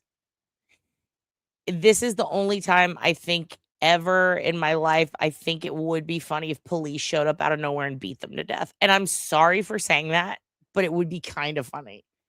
If they're like, private property, this is a castle, and they just start beating them and they toss them in the lake. That, like, again, I'm not one to advocate for violence, but then why are they doing violence on my eyes? You know? Hold the stretch. Keep pushing for 5. Slow it down. Heel to the buttocks. Abdominals in tight. Oh, it is the greatest mix-up that you have ever seen. Me father, he was orange, and me mother, she was green. Stop. My father, he was orange, and me mother, she was green. I don't know why this song about genitals is in here. I've never heard it before. We shouldn't do this, but let's see. We often feel embarrassed or even feel some shame. But when speaking of our private parts, here's what to proclaim. That penis is what boys have down in front. Penis is the word, though it seems blunt. All boys and girls, they have a, you know what? We're not going to let him finish because I already see where this is going. So not today, Satan. Okay, we're not. You know what? I've learned my lesson from the Celtic carols. Okay, let's see. I'm Robin Leach. Welcome to the Boston Cop slide. What if this was that slide in Boston and he just tumbled down it? Throw him over the Blarney Stone. He wouldn't have lasted a day in the famine. Okay. We have to, first of all. We had a lot of fun tonight with mental illness. Okay. So there's that. Second of all, you kids need to wake the fuck up. Because we're about to start. Hello, folks, Nuck here. A lot of you have been asking me about my morning routine, so, here it is. It's my new teeth. Snort-worthy smile, if you ask me. So I like to start my morning by waking up at 2 in the afternoon, get a quick lift, lick, and lurk in before I go off and spend the next several hours in the woods. And this time is mainly for my freeform lurks. I just lurk like no one's watching. Then I head into town to do some casual creeping. I mean, I'm freaking everyone out because I'm getting in my squirms. But you gotta squirm to stay firm. I forget what I'm doing for the next 3 days and get an office job that I absolutely hate. Spend most of my time hiding in the storage closet, but all my coworkers know I'm in there. The next 26 hours I'm purposefully unconscious, come to so I can try on some tuxes because I'm getting married. Love to Ragnora. I'll practice my funeral for 30 minutes, at which point I gotta pretend to listen to someone tell me about a dream they have, but I'm really just thinking about what I'm gonna say. Then, and this is important, I'll just wait, eerily, for hours. What am I waiting for? A big heap of nothing. I wait to wait. I'll spend 2 minutes trying to create fire with my mind, giving me just enough time for a last lurk before the day begins. That's the Bobo way.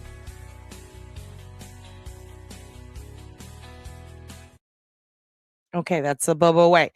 All right, we are now starting. It is what? An hour and 30 minutes in. Perfect. I'll cut all that out.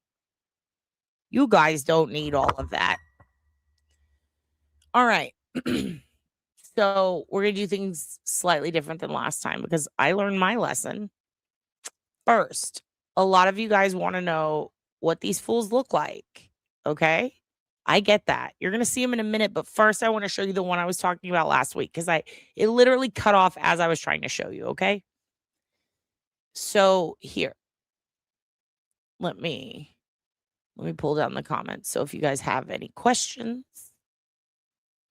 All right, here we go. Daughter just walked by and said, "What the fuck are you watching?" Say, "It's art. You should understand." And tell her congratulations on her exhibits. And getting shit bought. That is awesome. Also, Honey and Salt 2.0. Honey, Thank you for being here. I'm happy you were able to catch me live. So, JG asked me about this morning. Like, when are we going to finish this? Oh, we're starting over, but we're also finishing and we're doing it the right way. Okay. And welcome to anybody who's here today and hasn't been here before. Welcome to my nightmare. This is the select board. I've lost power. I've been overthrown by a baby named Colt Baby, and she's cute. And she's our god now, in addition to my dog. So, here we go. First, I'm going to show you this guy's picture. This is RC. This is RC Horsch, okay? Here he is. So, this is an old picture from the 70s. One of the first 2 times he was arrested. This man died in 2025, a very, very old man. What you need to know right now is that him and his father used to look like normal humans. This is him with a tiny plane that he flew around. This is him in his Terry Richardson era. Okay? That's a super cool drawing someone did of him. Satan should sue. And that is him a couple of years before his death. Looking like he's been beaten with a bag of dead ass. Okay? Why does it say censored? Why is he naked with his dingus out? Because he's done a lot of things in his life. He was a porn star. He was in the military. He was in prison. He was a counterfeiter. He was a forger. It doesn't matter. He made fake money. Got busted by the Secret Service. He did go to prison. He claims to have met and worked for a CIA guy, or worked with alongside a CIA guy back when he was a lockpicker. He not only made porn, he distributed porn. He made the closest thing to snuff films, and now we know actual snuff films. He had a very fucked up, weird life, and he seemed to enjoy it. He made movies like horror. Yes, spelt WH. And he made movies about bondage. Again, snuff type material, rape, the stuff Brian Koberger and Rex and all these fucking weirdos would look at on the internet. He made it. Now, if we go back before all that, the whole military situation, first he was a draft dodger, and then he had to make up for it. And he ended up working alongside law enforcement, but then going into this life of crime. And this is all according to him. And what's crazy is a lot of it sounds like bullshit. He does lie about some things, but there's other things that I said, wait a minute, as I'm listening to this interview with this guy. I said, wait a minute, that actually lines up with some other stuff. He's 100% a degenerate. That's the best word. And some of those things I noticed are insane. He's had multiple wives. His first wife, he married when he was a teenager. He ends up going to prison after fleeing to New Zealand with her because he made all this fake money. He had just gotten out of prison for, he would make like lithographs back in the day and forge things like Renoirs and fucking Picassos, like famous artists. And once art gets on the forgery market, which he even says in the interview, and I was pretty surprised because he actually is right, it is in no one's best interest to admit it's a forgery, from the auction house to the buyer. That only depreciates something priceless that you thought you bought. And we've talked about this before, but I'm very obsessed with art and book forgery and stuff like that. Used to work for a bookstore, and one of my things was like having to help appraise very rare books. And it was almost impossible to do by myself. It was something that multiple people, especially people with many years of experience, had to look at. There were tests that had to be run. There were codes that needed to be checked. Historical referencing. OSINT came in handy for that job. But the thing is, when someone's good at it, it's almost impossible to tell. And here's how you know, because the professional estimate by those whose jobs and livelihood it is to do this sort of thing have estimated that almost 90% of fine art on the black market is a forgery. That's how bad it's gotten. One of my favorite books I've talked to you about is my favorite book, aside from The Outsiders, Electro Boy. One of the things that the main character does in that is, and he ended up going to prison and going through a court case for it, was ripping off Kastabis. In 1980s artists, he would have these factories of people from France that he would fly in, and they were trained to literally make exact replicas and to do Kastabi's signature. And Andy Behrman would take these paintings back overseas to Japan and sell them as the real deal and make millions of dollars without his client, because he was an art dealer, without his client, the artist Kastabi, even knowing. And yes, on the black market. Well, actually not really. It's interesting. Some on the black market, on the main market, on the surface market, because think about it. If you can pass it through the auction house, or even through, if you can get anyone to buy it and they find out that it's fake, there's so much money that has to go into proving that it's real that you almost don't want to get it authenticated again, because typically you would have an authenticator before you even purchased it. So once you've got that one authentication, even if you notice something or you find out it's fake from the person who sold it to you, or you're worried about that, as someone who bought something fake for millions of dollars, you would think you could sue, but not in art. Especially if the person got away with it. Because now it's going to cost you more. So it's in everyone's best interest to just shut the fuck up and pretend it's the real deal. And unfortunately, because so many buyers, sellers, and auction houses do that, the market is absolutely flooded with fake art that looks 100% real. Fake or fortune, I want to watch it, Mitty. I really do. So this dude would forge etchings and lithographs, and he was pretty good at it. He also printed his own money. He figured out how to print money that was passable to a point, and then he got pulled over with $10K. He was like an original money launderer. And as he's talking about this in this podcast, RC here, he said something that made my ears go, what? He talked about how he also was a meth dealer, and he dealt with cyclists, with bikers. And he described a specific biker, and he said, he's the guy who brought meth into town. And he described his personality, how his wife took over the business, how the guy had a bad temper, where he's from, the year, and how he went about getting people hooked on meth and spread it throughout the country, and how he helped this guy. And that's when it occurred to me, the man he's talking about being in cahoots with in the 70s, that was Tom Arnold's sister's husband.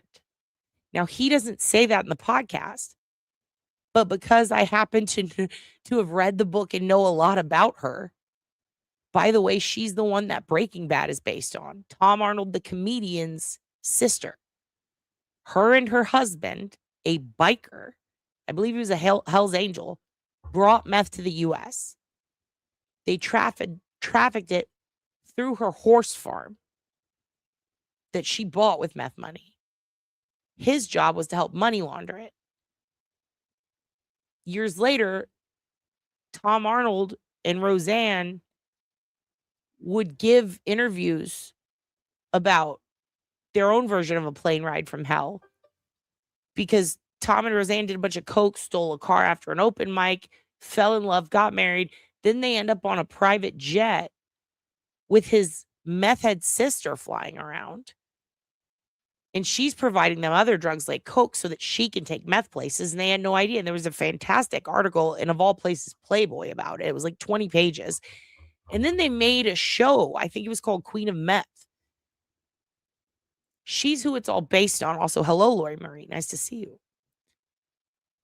So when he's talking about this guy, this biker, I dealt with him and his wife, he ended up dying. Here's how I go, oh my God, he's talking about Tom Arnold's sister's husband.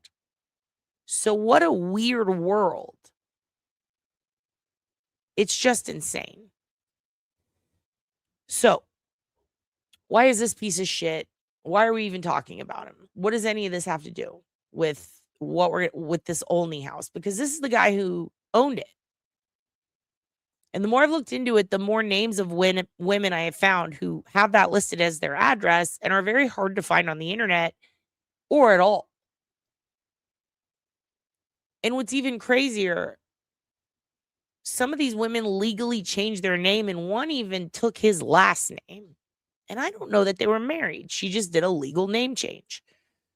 What's also weird is he started off his life. One of his first careers was he was an animator and a writer for children's commercials. He dealt with child actors and he worked for Sesame Street. Then he gets into the porn, the forging. He ends up getting busted by the Secret Service. He flees to New Zealand with his family. He realizes they're going to come and get him. They revoke his passport. His wife and kid get out of town. He has a little boy at this time. And he talks about his son. He says, when my son was born, my wife was in a deep depression. She had PPD. What we now know as that. And they got married really young. And when he gets out of prison, his wife had been taking care of their boy for so long. But his wife was extremely mentally ill because she never got her PPD fixed. Like there was no treatment back then. And her husband's in prison. She has nowhere to go. So she and this boy have to slum it until he gets out. And when he gets out, he realizes his kid spent most of his time neglected because she then became addicted to drugs, specifically opioids and painkillers. That made it worse. And in this interview with RC, he talks about the day his wife died. She killed herself. And she did it in front of his son, who was 7 at the time. I think he was 6 or 7. And then at that point, he becomes a single dad. And he talked about how he loved her very much. Then immediately after talking about this tragedy that his son saw and how he worried about him, but he thinks he was too young to remember it, he dissociated, hopefully, blah, blah, blah. He says, and after that, I used that as inspiration to make one of my first porn erotic fucked up movies. And I named it after, it was called like Annie. It's about her. She's who the main character is based off of. Now, what's even crazier is almost every single movie made after that had shit like whore, slut, die bitch, die, like these shocker type of gore movies. And over the years, he would have many wives, but he also had many women who he specifically would pick up in the Kensington area of Philly, and he would take them back to his house. And sometimes they would star in his movies. Some of these women were on the cover of his movies. And they were very brutal, graphic, violent, fucked up movies, borderline snuff films. Now, in between all of this, he also gets raided for having a ton of pot plants in his house, but he said he didn't like pot. His wife got stoned. He didn't enjoy it. He just liked to sell it. Also, when they were selling meth and the cops tried to seize it, they realized, oh, we're going to make it illegal. It was like when meth first happened. So when he got out of prison the second time, he says, I'm going to synthesize the way like how they turn, there's weed and there's Delta 8. I'm going to change an analog in it and make this other kind of super meth. And he talks about how he was always buying different liquids, different chemicals so that he could tweak the method. And then he brings up the show Breaking Bad and he says, I think they owe me some money because I saw that they used a consultant on this film and half of the meth recipe is correct. But the shit we got back in the day, I had to change an analog on it, blah, blah, blah. And that's what Walt did. So I think they owe me money. And that's when he launches into the tirade about why he's responsible, why Breaking Bad is about him. And really, it's about his boss back in the day. But it's just so strange the way he talks about his life. He brags about being a sociopath over and over and over again. And as I'm listening to this, I'm like, wow, this guy sounds just like Jathan. And then here's another thing. And I'm sorry, that's not like a subtle dig. He sounds exactly like him, but probably drinks his own piss too. Who knows? But the point is, a lot of the things he says can be backed up. You can look up these things. You can find the IMDb's for women, in particular, one of his victims. A woman who, like many others, this is the method. Him and his son would scoop up a chick from Kensington who fits a very specific demographic. Think Rex demographic, but goth. They liked small, skinny, young women that are considered, pretty enough to be an actress. And they prefer goth and women who are into extreme fetishes. They would focus on the drug-addled, the ones that have severe addictions. Offer them drugs, bring them to the house, get them to make movies. God knows what else, because some of them are missing and some are dead. But just like Robert Pickton, exploit them, sometimes offer them a place to live, offer them a job, just like Pickton. And just like Pickton, torture them, put them through hell, keep them on the drugs.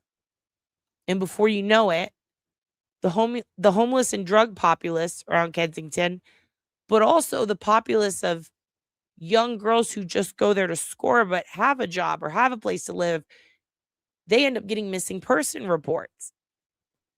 Some of them he would convince to fall in love with him and even marry him, and then they disappear. But what's wild is that this one in particular, she was one that was his partner, this one, the older one, when he was old. And she got with him when she was very young and she was gorgeous. And she'd been in these campaigns for like, I can get off opioids and you can too. And within a couple of months of being with this man right here in the house that you're about to see on the news, I'm going to show you the news thing. Within a couple of months, she became beyond worse than a shell of herself. So bad that she got an infection on her leg and had to have it amputated. Then RC dies. And one thing that she had told friends that they've put online and they've openly spoke about is, I'm so terrified. If RC dies, I can't be alone with Eugene, his son. The boy who saw his mom suicide when he was younger. The boy who was neglected. And then who would go on to be raised by this sadistic piece of shit who he brags about witnessed him filming a lot of this content.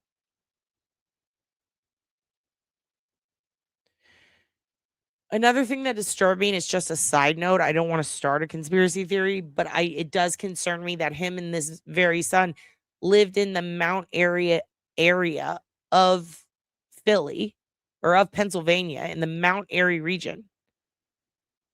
Literally the exact time that Christine Belusco ends up dead. And she's tied up in a way that is a bondage position. And she's tortured and she's beaten in ways that very closely resemble some things he has out on mainstream film that he has created. And it's odd and it clicked. Holy shit, he literally lived on Erie Avenue, like right there. And the thing about Christine, Staten Island Jane Doe, is her family said she was dating a new guy. And one of the things that she had bragged to a coworker about is that this guy has a lot of money, which he did. Remember, he was good at forging and he would always print money, and he was also a director. But this mystery fellow said, come with me on a date to the Met Gala. You have to have a lot of money to go to a Met Gala, even if it is the early 90s. You have to be well known. And the thing about this piece of shit is he was a drug dealer for the mafia. He was buddies with everyone at the DA office. In fact, people from the DA's office, the DA and the Philly Mafia specifically, attended his first movie screening about the dead wife, the first one. And the Mafia bought it. The Italian Mafia of Philly bought the film. They own the rights. He used that profit to buy Anton LaVey's Satanic Bible, the rights to that. So the Philly mob owns the rights to his first motion picture, and he owns the rights to the Church of Satan's official Bible. So, as if that's not enough, he had cop badges, fake DEA badges. He spent time in prison with a CIA informant. He's a huge piece of shit. And you would think, oh, that must be the craziest part of his life. No. Because that weird son grew up and has a way worse record than his dad, if you can imagine. And a few months ago gets pulled over in a vehicle. And let me actually step back for 1 second. I got a little off track, but another thing you need to know. When RC died, that woman with the amputated leg who RC was taking care of, her room and her portion of the house ends up on fire after only being alone with Eugene for a little while. The person who's supposed to care for her, she ends up on fire. It's a horrible fire. She can't take care of herself. She soon dies from infection.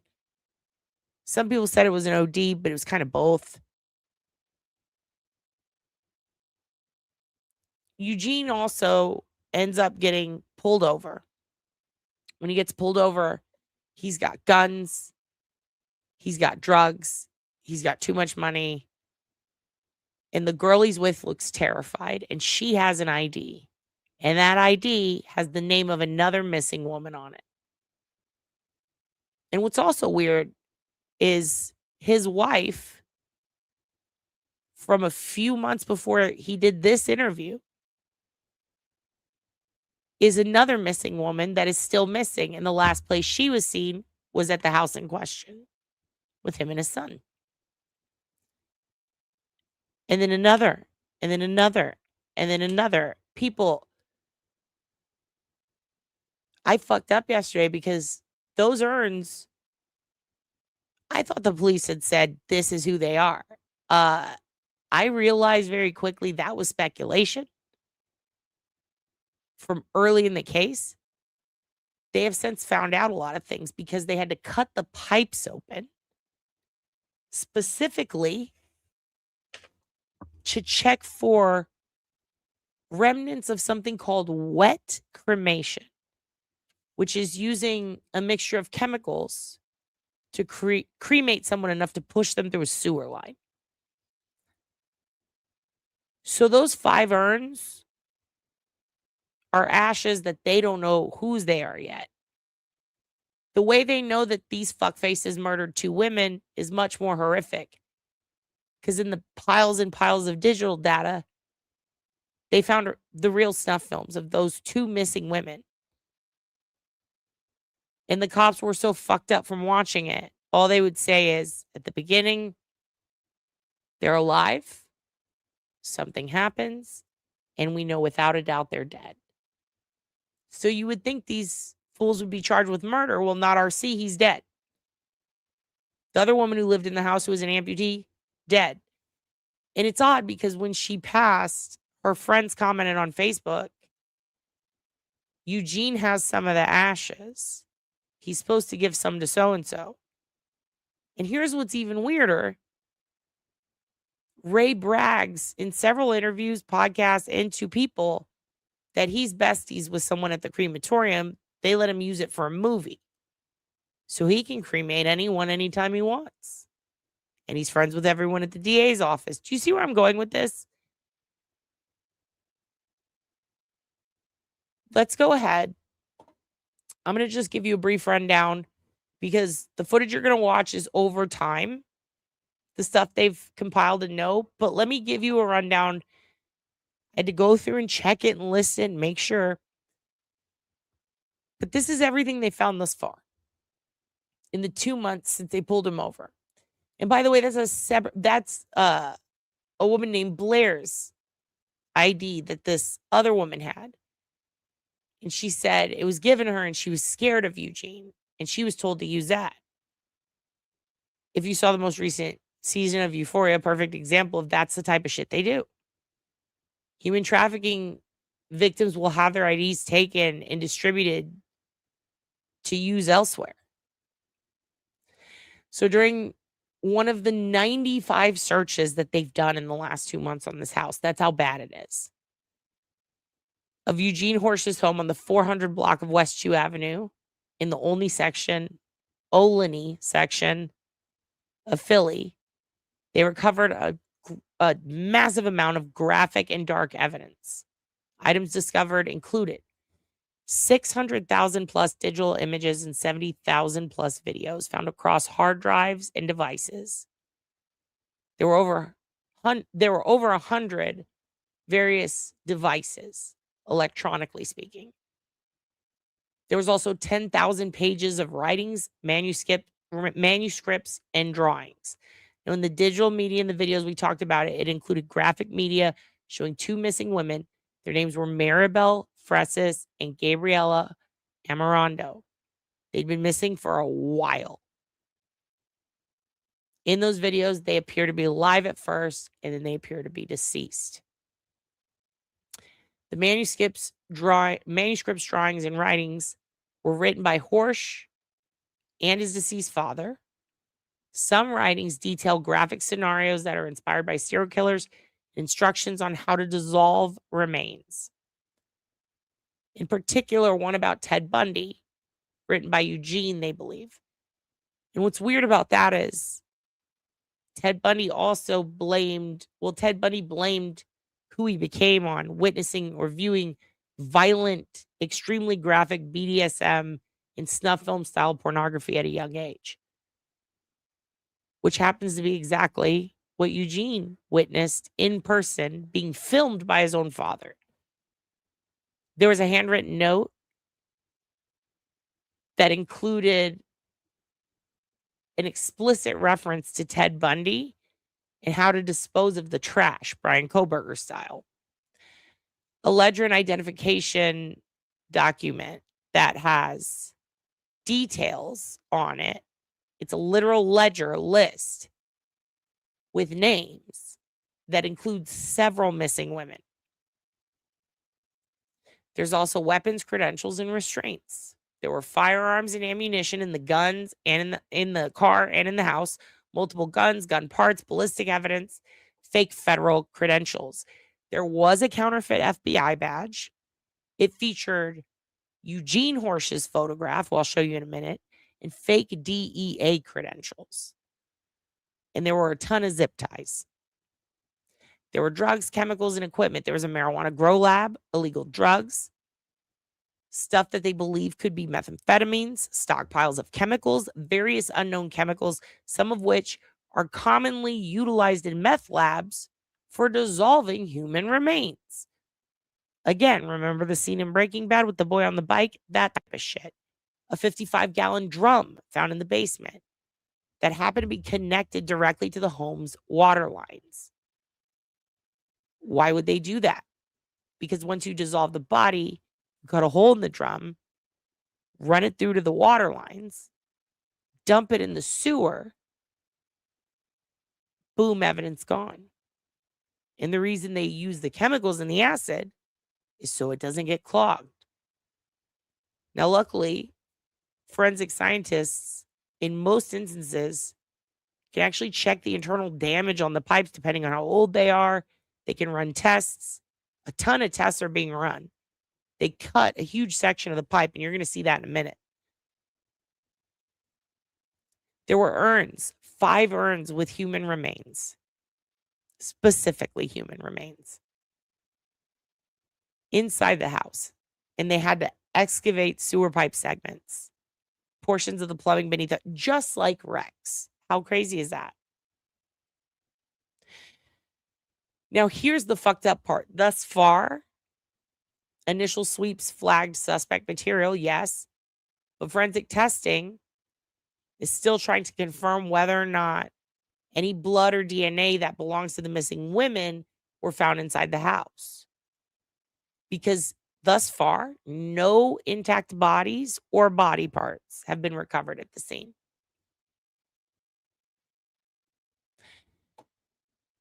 Just like Steve Bannon's hot tub. Now, here is another problem. No body, no crime. And if you don't believe me, the police said it. As far as responsibility for these missing women go. Multiple police and lawyers locally have spoken on this. And they are all of the same mind of they need to keep testing evidence and figure it out because there's got to be something. Because believe it or not, even if there is a video of someone fucking actively murdering you, the state of Pennsylvania will hesitate to charge for that murder. Because no body, no crime, sure. But specifically, if you're a director of horror and gore films who specializes in making that type of content and making it look real, do you see how blurred these lines are? How much more difficult this job has become?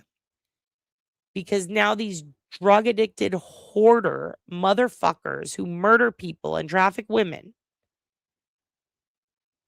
in a disgusting house that literally caused an infection and amputation. It's been lit on fire. It looks horrible. It is packed to the brim with so much shit. There was a literal chemical lab downstairs. And they couldn't identify what the chemicals were. So I found it very fascinating when he brags about ordering different chemicals to tweak how he makes meth. Mia, it started with 10, then 5, then back up, then a lot. We don't have an exact number. And it's really insane. Because I know that 2 of them you see on video being murdered, okay? One of them died from the infection, but one could argue that it could have been at the hands of Eugene, which I absolutely think it is. She's left alone with that freak dude for a couple of days and dies. As soon as this one leaves. The other one missing is his ex-wife, who was last seen at his house. And then the other 2 are women who disappeared forever, who were last seen at his house. So without a doubt, in addition to writings and a ledger that lists these women, there's so much probable cause. Kelly Siegler could get a conviction with her hands tied behind her back, no doubt. But you may be asking, why is that not enough? Well, let me tell you why. Because in case you didn't comprehend the amount of evidence I just told you about, in the last 2 months since this shit happened, police, investigators, and forensic scientists are only 7%, approximately 7% of the way through all that material. That's how much there is.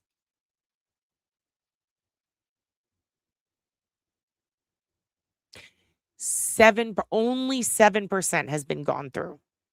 And in that first 7%, they've already found 2 murders on camera.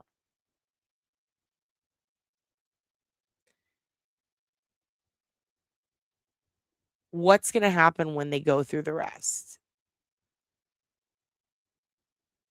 Now, why am I telling you all of this, not just showing you the news and then complaining? Because the news isn't going to tell you some of the stuff I'm going to tell you today.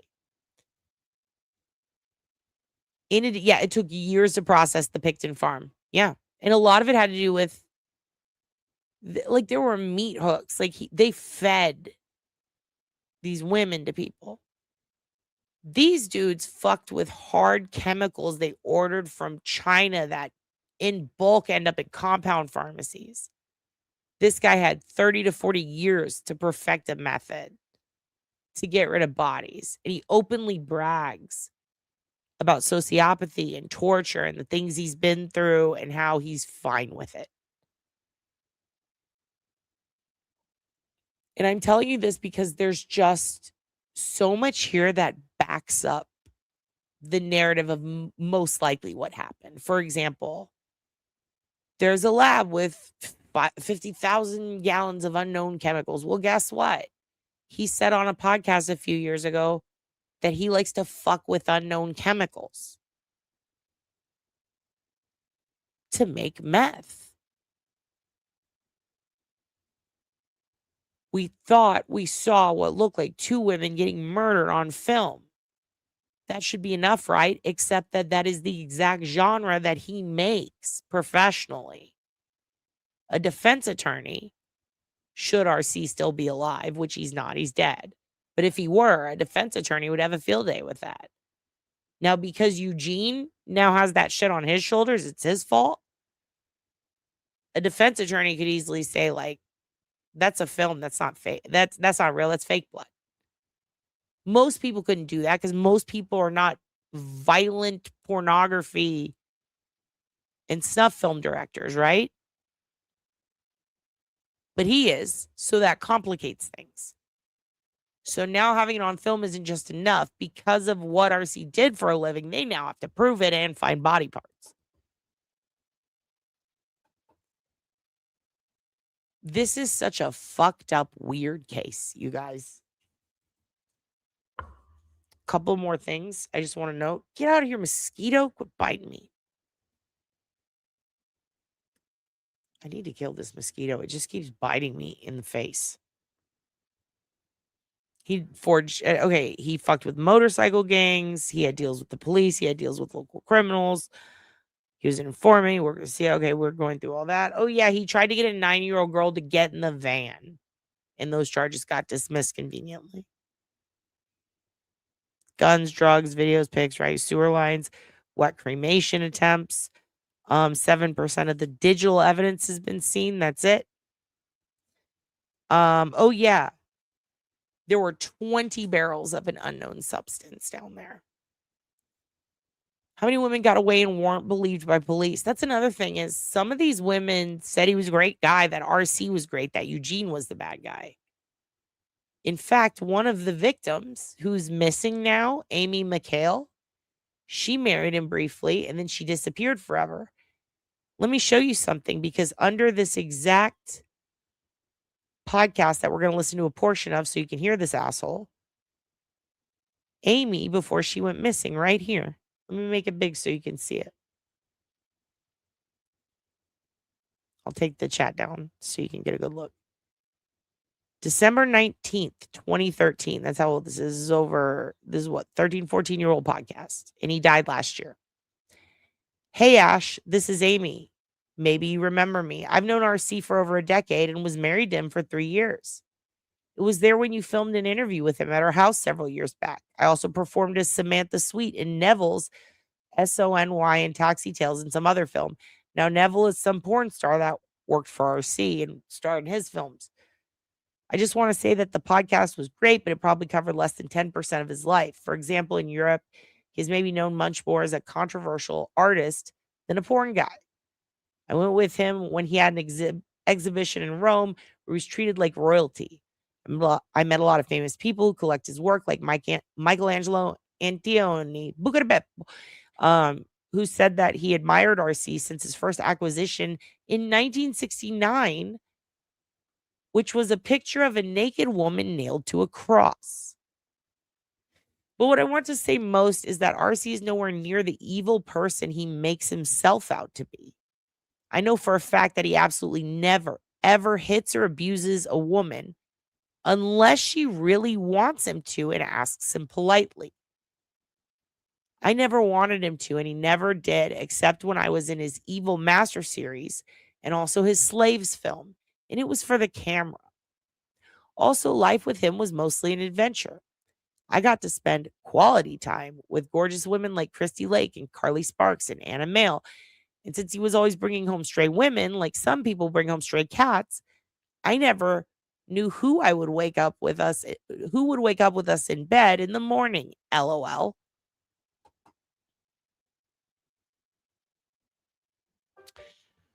So here's the thing. The woman who's missing, who was last seen at his house, who everybody is sure, and I agree, he likely murdered, in my opinion, is defending him. But also, that last part's pretty important, I think. Right? Always bringing home stray women. Even though I get what she means by stray, it's like talking like they're a dog. Like that, like there's a vulnerability element. It absolutely was her. She comments on all sorts of stuff. This absolutely was her. And everything she says lines up with everything. Now, it was a couple of years later, or shortly after, that Amy ends up missing. And we'll get to that eventually. We're going to go through each of these women in later episodes. Right now, we're doing the encompassing whole story. And we're going to go through each of these potential victims or missing women or the women who were last seen with them individually. Because it's so much. Yeah, we already went through that, Satan. They've only gone through 7% and they've already found 2 murdered on film. And again, because he makes movies of women getting murdered on film and assaulted, it throws a whole new element into having to figure out a way to prove the authenticity of the images. And they still need to get some remnants of DNA to lock down what happened so they can declare them dead, right? Don't apologize. You're good. But so they can declare them dead. And then here's another thing. RC is dead. He's dead. So even if they want to get justice back at him, like get justice for these women by getting his ass in trouble, like he's dead. He died last year. And this is a dude, if he was born in the 40s, what are we talking like? He was almost 90 years old.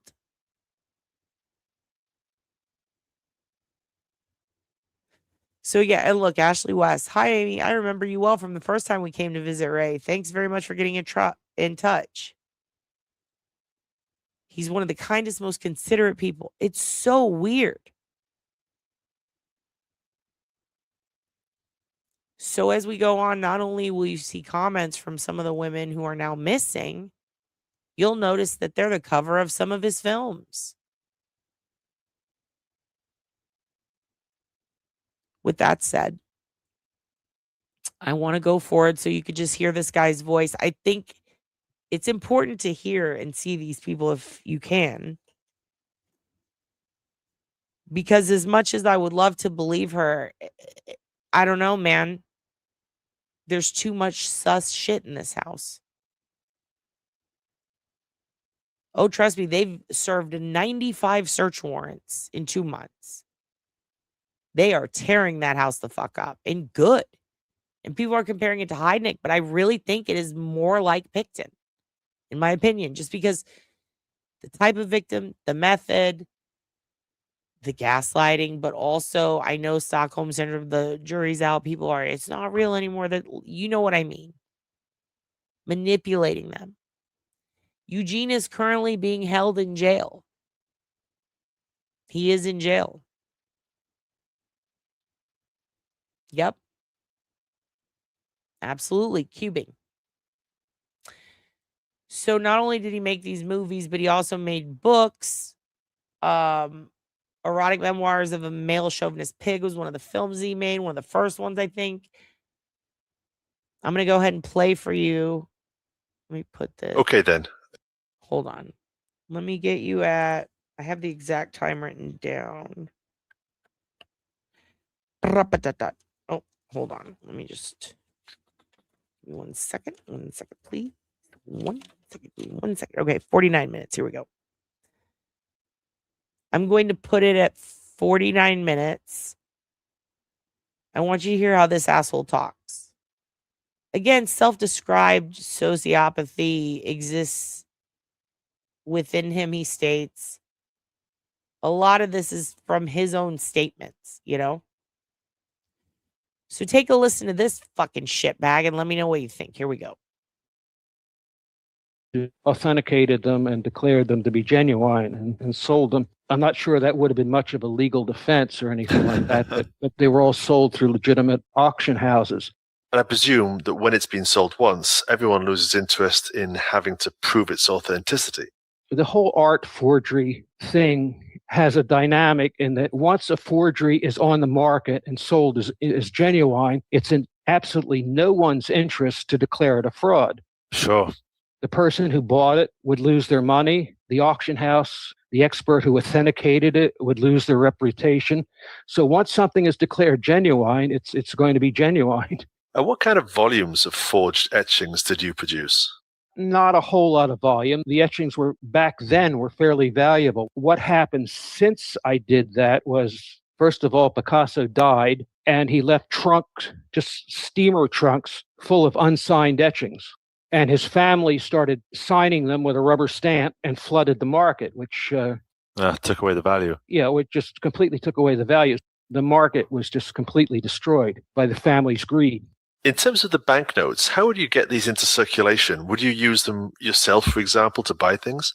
I never really thought that far ahead. I mean, my whole focus was on the technical part. Cash registers at the time had these ultraviolet lights, and stuff printed on ordinary paper would fluoresce under the ultraviolet light, and U.S. currency wouldn't. So I had to cross the technical hurdle of making sure that the bills did not fluoresce, just like the genuine ones. Genuine currency had red and blue fibers embedded in the paper. I had to be able to duplicate that. So the whole thing became an exercise in the technical aspects, which is what consumed me. And I really just didn't think about the consequences or how incredibly stupid what I was doing was. So you had this activity forging banknotes, Picasso etchings, and title documents. Were you doing it all yourself? Yeah, no, I was doing it all myself. And actually doing the U.S. currency was an afterthought and very, very stupid because I probably could have gone on forever, made a lot of money, except for that. Whenever a new counterfeit bill comes on the scene, the Secret Service just jumps on it with every resource that they have. So I ended up going to prison for 2 years and got out about 75. How did you get caught? I'm not really certain. I think it was just a regular traffic stop, and I happened to have about $10,000 in the car. And for some reason, the police searched the car and found them, called the Secret Service. And I was taken down to this is in Center City, Philadelphia, the Secret Service office. And they kind of grilled me all night long. And they offered me this deal. They said that they weren't interested in me. They were interested in the printer. And if I gave up the printer, I wouldn't go to jail. So I said, okay. And they woke up this judge. Part we talked about when we did the episode last time. Remember how I told you he tried to work out this deal where he was like, okay, I did. This is that part. Yeah, definitely full of shit. Now, here's one thing that is strange. You think full of shit on the extreme shit, like the forgery. No, there it says 10K. I have the report. The Secret Service was involved. That absolutely happened. That's what's insane. It's really wild. And I'll show you in a little bit. We might need to do on the next episode, we might need to finish the overall story because the amount of police reports him and his son have going back to way back in the day is insane. And the contents are even wilder. Now, the son is mostly a drug addict. The father is mostly a distributor, a pusher, and a cook. So we'll say that. At 3 o'clock in the morning and sign the agreement that I would be granted immunity if I gave up the printer. So the agreement was signed and I said, I'm the printer. Yeah, I agree. I do think that his story, I guarantee you that it's not as, ooh, I got one over on you, judge. I think more he tried to fuck him over and then they threw the book at him and told him to get fucked. But he's trying to seem like he's a smart guy, you know? And he does sound exactly like Jason, which makes me fucking creep. All right, we continue. Again, wow. I mean, the Secret Service has no sense of humor. And a judge in his pajamas at 3 o'clock in the morning has even less. Has even less. Precisely. So that was the end of my printing career. So you went to jail for, you say, about 2 years then in the mid-70s? Yeah, I think it was a 24-month sentence and I served 18 months, yeah. What was that like? Well, okay. So he's going to go on and on about that. And it's a long podcast. But what I'd like to do is I'd like to show you the news reports now. Because I also do have to take Hoogan on I got to take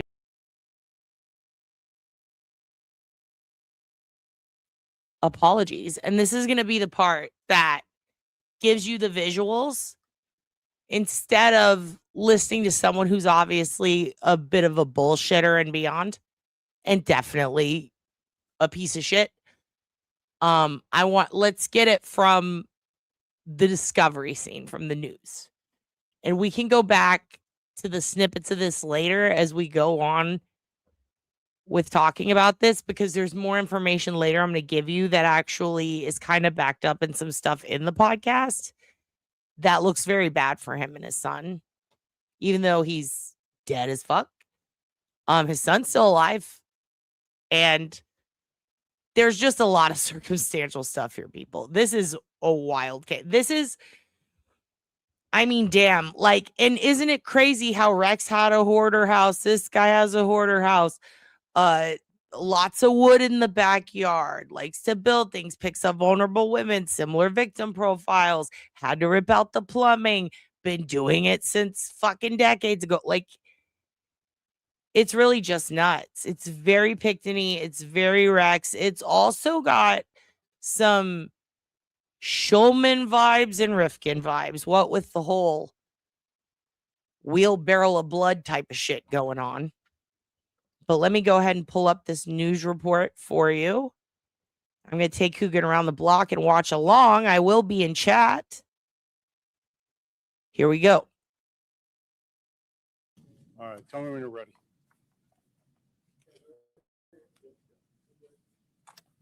All right, just to start off, I'm going to talk about an investigation that we have. The investigation is still very ongoing and active. I am not going to be able to answer every question you have. I know you have a lot of information. Some of it is maybe accurate and some of it may be not. And I just can't corroborate that because we don't have all the answers yet. All right, but I'll go to the beginning and try to draw a picture of how we became involved in this investigation and where we are right now. So back last Friday, 1 week ago, 6/19, at the very morning hours around 9 a.m., there was a vehicle parked in the 600 block of Market Street. It was a black BMW. In that vehicle was a male and a female. A park ranger who was on duty at the time notices the vehicle, believes a disturbance is occurring within the vehicle between the male and the female, and he decides to investigate. He goes up to that vehicle. When he's addressing the occupants, he hears what he believes the female say, "You're going to hurt me." At that point, that caused him to further investigate the vehicle. He talks to them. At some point in time, credentials are discovered on the male. that were showed to be federal law enforcement officer, DEA officer. And he also was able to find a switchblade in his pocket. So that male was detained at that particular time.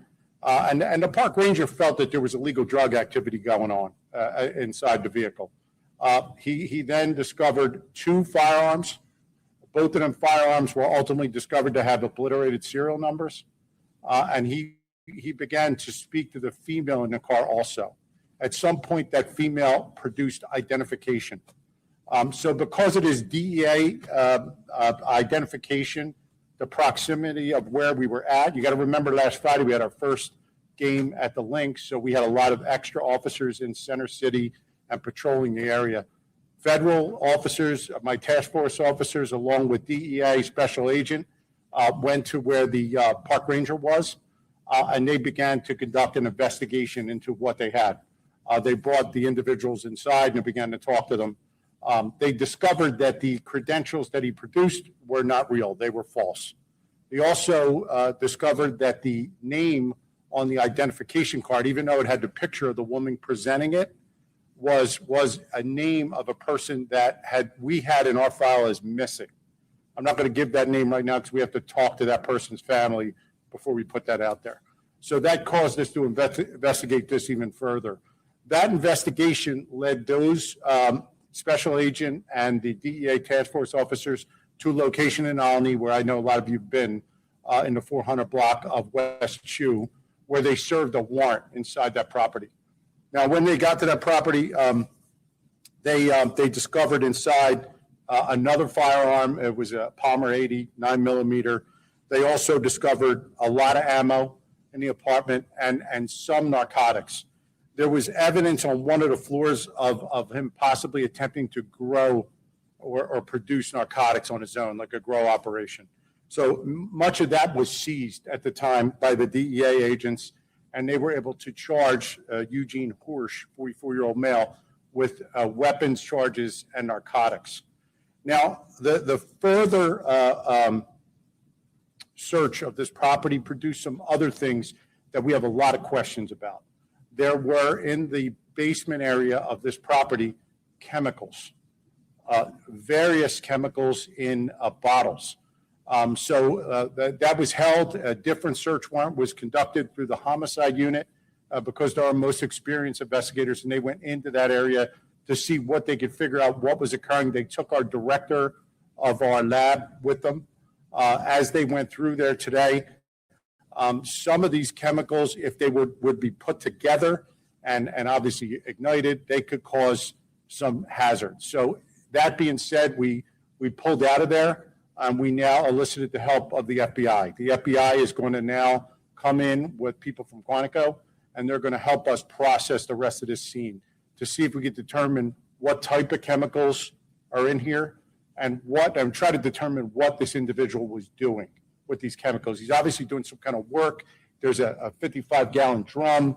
There's connections to it going to water lines.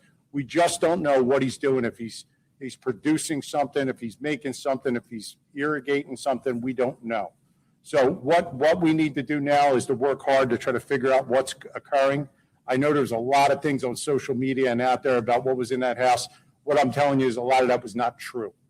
It was not true. This is, I'm giving you, like I said, there was over 120 pieces of ballistic evidence, other false identification with federal law enforcement, the chemicals, the material, and the evidence of, and the quantity of amount of chemicals is really what got us to get some help here to process this scene. There's chemical work being done, but we just don't know if he was trying to produce narcotics or some other material. So at this point, our investigation is still very active.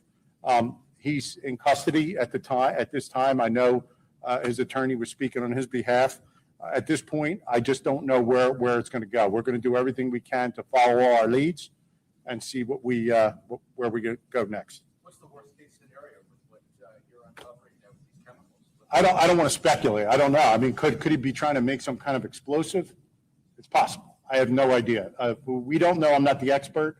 We're going to bring the experts in. Our ordnance disposal people looked at it. He definitely had ingredients that could go in that direction, but without us knowing what's in each and every container, because a lot of them are plastic containers filled up, we're not going to know what everything is. So a lot of this stuff has to be tested, and until it's tested, we're not going to know exactly what we have. Is there a danger for the community given those chemicals were there? So our experts are saying right now they're separated, they're being protected by our officers. Until the experts get there and remove them safely, there's no danger at this point. To be clear, some of those things that you were mentioning on social media about bodies being found. I think your investigation has found there are no bodies. Right. There's no apparent bodies inside the house. No, not bodies that I could see in the house. Now we're going to further search. There's a sump pump that looks like a hole in the ground, but there's no bodies. No, I don't have any bodies. Is there any type of homicide investigation going on right now with the subject in that house? Now, we used homicide for a couple of reasons. The one discovery the DEA had was some urns that were in the house. In looking at them, now we of course took them for examination. In looking at them, at least one of them is labeled a family member's name. So they could be just family members' urns. We don't know. I'm speculating. So we took them out and we took them to RME's office to look at. But other than that, no, homicide's just doing it because they're our most experienced. They're working along with our TFOs from the FBI and the actual FBI agents. No. At this time, I don't have any evidence of 9 bodies. If there's 9 bodies somewhere, they're not apparent to me. So like I said, until we get into the material, pull everything out and analyze it, we'll know more what we have. Frank, is there anything consistent with the use of these chemicals at that site that reflects on the potential disposal of human remains? I'm not the chemist. I mean, so obviously, I don't even know what all the chemicals are. We're speculating what some of them are. So until they're able to tell me once they test them what they are, we didn't kind of like dip our finger in to see what they do. So we're gonna be careful what we have and use caution. But it's definitely a strange setup. There's hoses coming from barrels and things like that. So enough to pique our interest, enough to move back and let our experts come in and help us. You consider it a crime scene? Yes, the crime scene. Obviously, we recovered guns from there. We have false IDs. This girl's carrying an ID from a missing person that she said he gave her.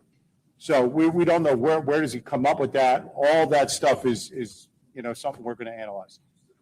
Suspect who was arrested on who was 619 at the park was facing gun-related and drug-related charges.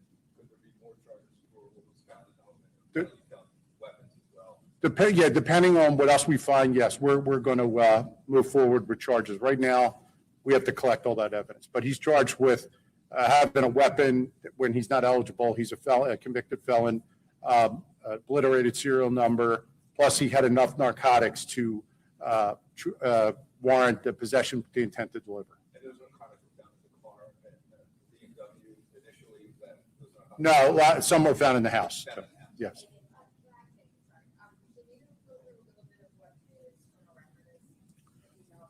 I know most of that's public.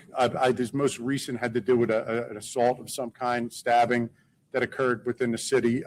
He has charges outside the city and in the city, but I'm not going to get deep into that. You can see that in the public record. Is there any indication of that missing woman was inside the house? Anything that can lead you to believe that she was employed there? No, I have nothing to say she was ever inside the house. But of course, that's why we're still holding it and we're going to look. But right now, I don't have anything that points to the fact that other than he had enough information about her to create another identification with another woman's photo and her name and make it look like it was the other person. And that person cooperated with us to say, this is not me.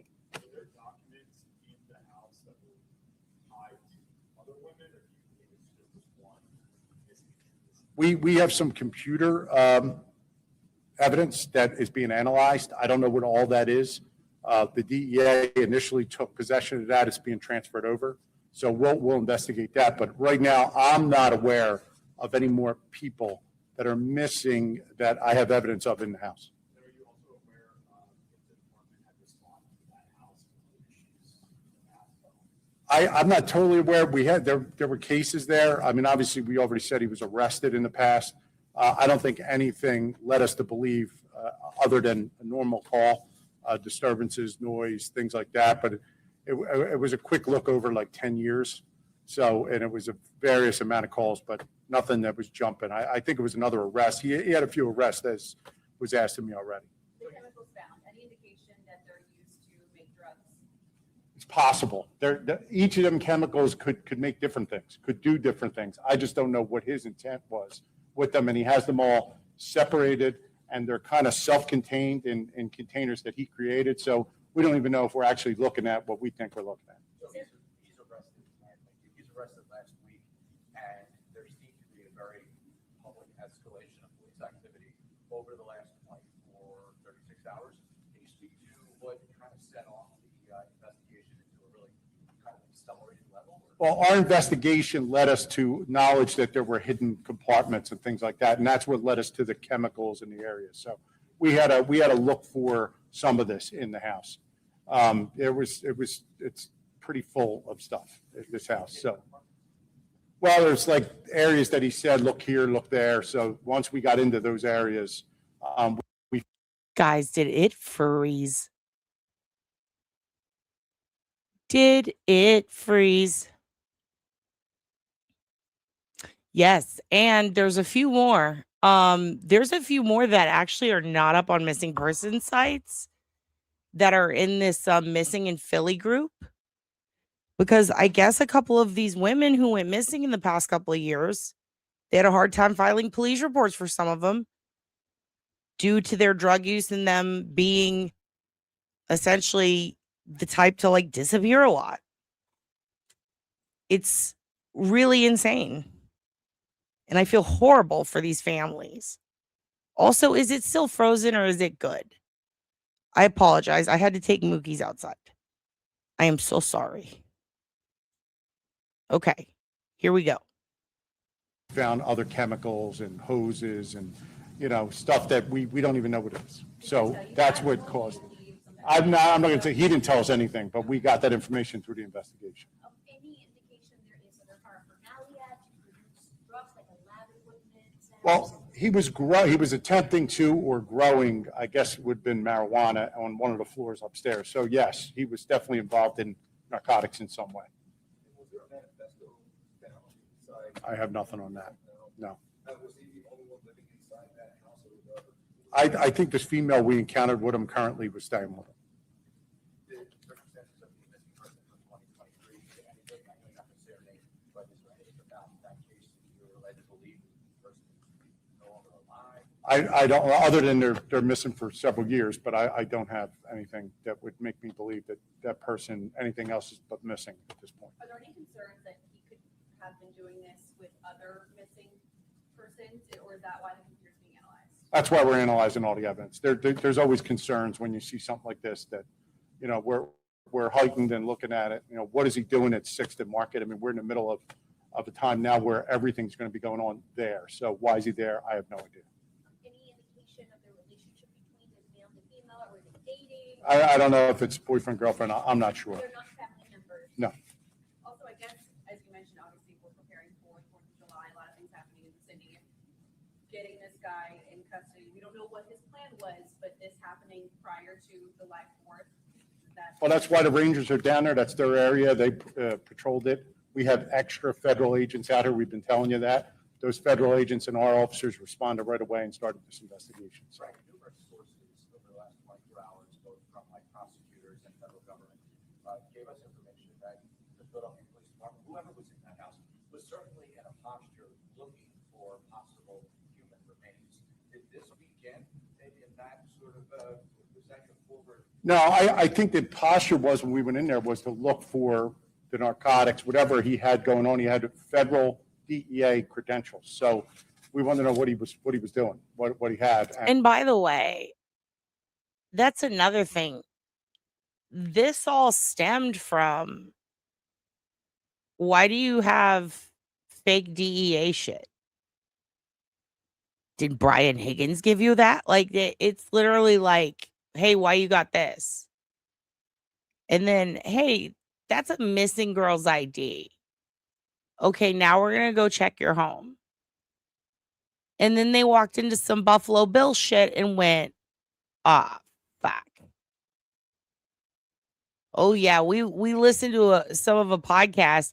If you go back, it was an hour and 30-minute point is when we start talking about it. We get into it. And keep in mind, the guy he's talking about who got pulled over, and this is why I wanted to show you some of the podcasts and tell you some of the stories about them, is because keep that in perspective. Like, the kid who saw his mother kill herself in front of him, who grew up neglected while she was on drugs and his dad's in prison, and then comes out and raises his traumatized son, showing him essentially snuff pornography in real life in his home as he grew up, is the guy who got pulled over, Eugene. And he's like, "Hi, I'm DEA." Get the fuck out of here. No, you're not, Eugene. I'll let them finish.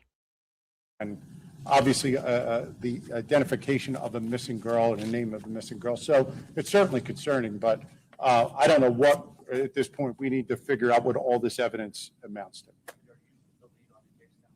Homicide's going to take the lead right now, and the FBI is assisting us.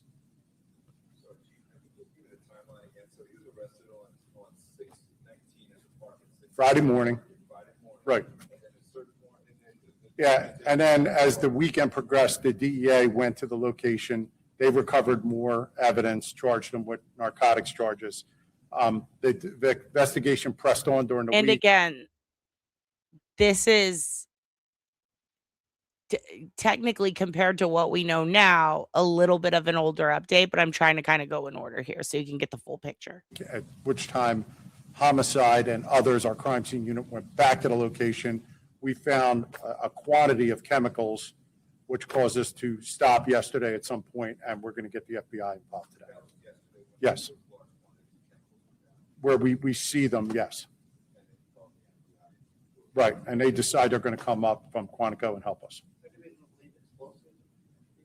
Let's put it this way. I'm not a chemist, but from what I've been told, if some of those chemical materials would have been put together, they could have been explosives.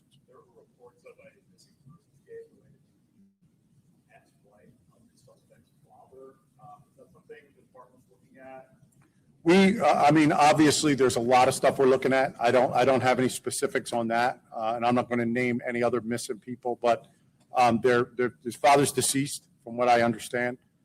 So we're certainly going to look into the activities that went on at that house even before he was there.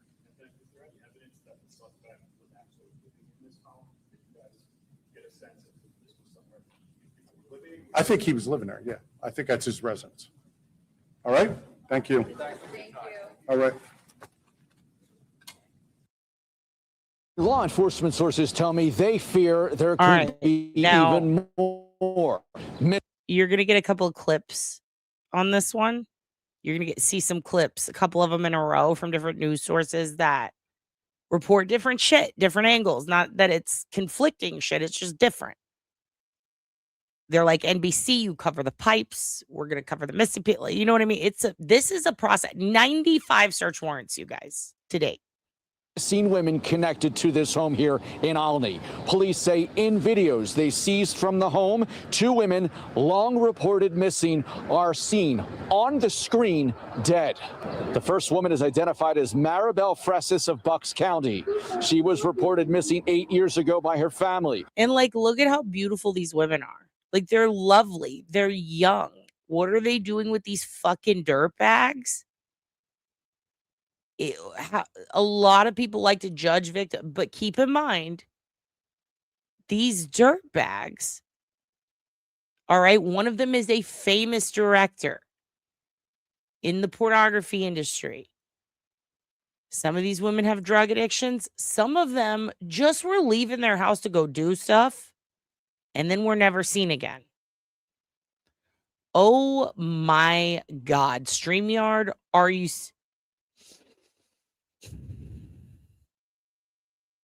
I shouldn't have paid my StreamYard bill. I regret it. I paid them their money. And now they're just fucking dicking me down. Okay, look. I'm not going to be able to pop back on screen now because StreamYard has done that thing where everything goes white and then everything goes black.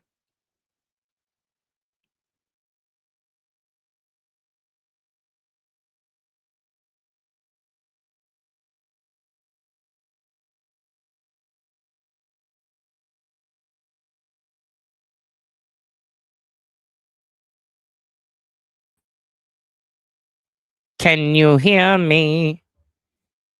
Can you hear me? Okay, good. No. Gather around. It's dark. It's spooky, but it will be okay. Why is my comedy rap logo up on the... What the fuck, StreamYard? StreamYard, you are merging my entities. What is happening? What? I hate this thingy. I don't like it. All right, I'm gonna let him finish. Here we go. The second woman is Gabrielle Amorando. She disappeared in 2012. Police say they've gone through only a small percentage of 600,000 photos and 70,000 videos recovered from the home of Eugene Horsch. Police are calling this a death investigation. Their remains have not been recovered. You'll recall this all started in late... Yeah, there's something going on with the update. You have that sticker. Oh. Also... Just listen, you don't need the tarp at this point, fellas. And here, by the way, that's Eugene. That's what he looks like. He looks like if someone took Dewey from Malcolm in the Middle, aged him 70 years, and beat him against the brick wall outside of his house for hours. June, when police say Horsch was having an argument inside a car with his girlfriend on Independence Mall. He was arrested on narcotics and firearms charges. Police said he had fake federal IDs as well as the identification. Do you see that huge fucking pipe that they just cut up and dropped in there to send off for testing? I'm going to show you an up-close picture of it later. He had fake federal IDs, as well as the identification for a missing woman named Blair Tonzelli. Now, Blair Tonzelli, one of the missing women, been missing for a hot minute. Like a lot of the others, a lot of these women, people were like, the last place they were was the Horsches. Yeah, so the mugshot here is the son. I know it's hard to tell because they both look 90. Say they have not found any evidence of her whereabouts. I spoke with Melissa Fressis a short time ago about her sister Maribel. We'll also hear from police about what they see in those videos. The last person in my family to hear from her was June 29th, 2018. My father went down to Kensington area, gave her some money and a slice of pizza just to check on her. She was into drugs for about a year, so we would go, randomly to just make sure she was okay. What was your reaction to today's news? I was completely devastated, but I also don't know much information, so it just almost feels like it's not real yet. It's dark. It's real dark. But what we saw is these two girls alive.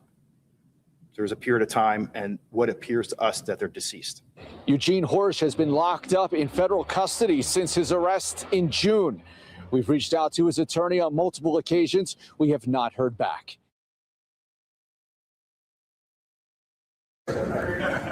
Okay, so this pause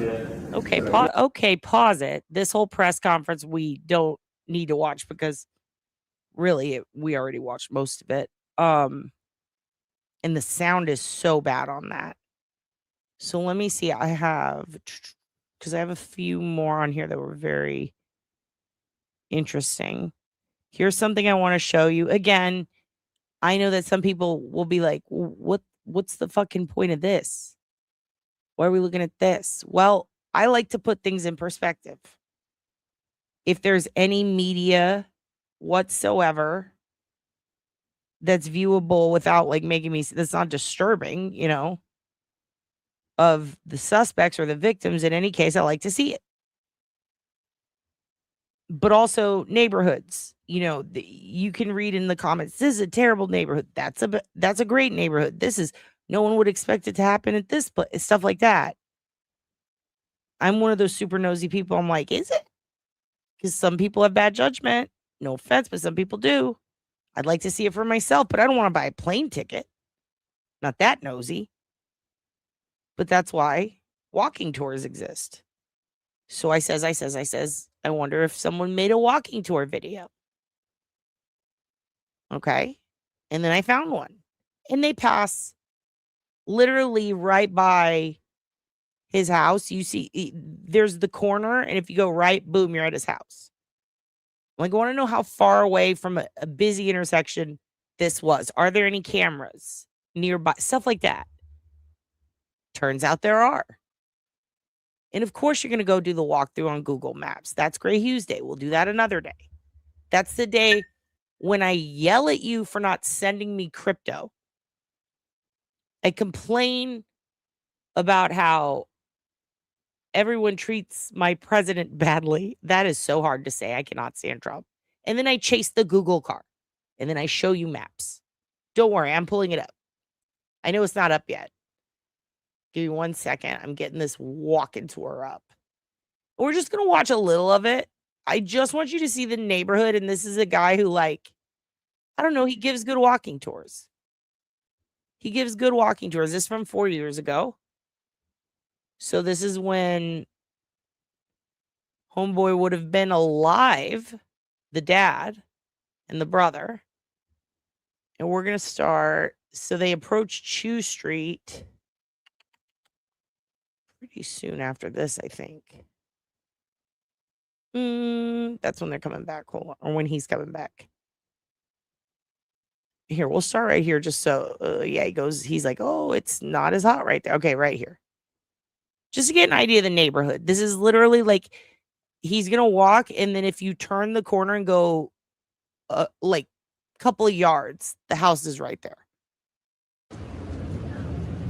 Yeah, bro, like that lizard, man. Yeah, he had like a it looked like a bearded dragon on his shoulder. No, this entire house was owned by the Horshes since a long time ago. Like, I want to say mid-90s, early 2000s. One of those. Because here's what's confusing is they also lived in it and didn't own it. So I think they bought it after a few years, but it was fucked. Like, this house should have been condemned. Like, it was bad, dude. Real bad.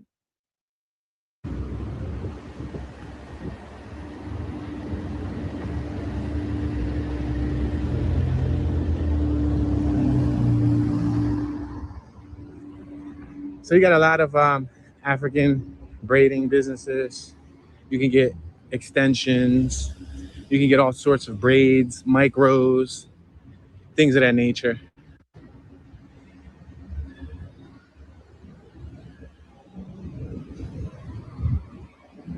Now, strips like this remind me of other strips throughout the city. Like, for example, West Philly, you got 61st, 62nd, up to 69th Street. You got, like, in North Philly, you got what Front Street used to be, Front and Dolphin in West Kensington. Kensington Allegheny used to be like this. Germantown Avenue in Fairhill by Hartranft on Germantown and Lehigh used to be like this. And there's many other places in the city that used to be like this. This is still one of the very few commercial strips that is thriving. You see that mural on Tang Pharmacy, we're on 5th and Olney. It's of Sir George. Also, this is fucking thriving? Oh, no. I'm good. I don't need to go to Philly. I'm good, dude. If this is thriving, I'm good. I don't need to go there. That's not somewhere I'm going to go. Okay, see, this is Chew Avenue. So, right here, where that giant heap of trash is, if you look right, boom, that's his house. And I wish he got a good view of it. I watched it a million times. No, he doesn't. But just to get an idea of the corner, like the neighborhood. Here we go. Hold on. There's music on. Give me 1 second. As you can hear, they're playing the, I think that's like the Rasta music. It's a Rasta, like Jamaican music. Crazy how insanely loud that music is. Not to complain, love some good Rasta. But like, that's kind of loud to be blaring all day. Makes me wonder if anyone could even hear someone screaming half a block away. You know, there's a lot of things to consider. How loud is the neighborhood? How common is fighting? Like stuff like that. I'm gonna allow this vehicle to go by. I think I'll take it up one more block. Hopefully I'm not pushing it, but I'm gonna take it up one more block and then I'm gonna cross. I'm gonna try to power walk this block. If I power walk the block, then I could probably get there quicker. But this could be the block that overheats. So we'll see. To be continued. Dun, dun, dun. A lot of technology shops. This is a computer repair shop. Happy Feet, Child Care Learning Center on our right.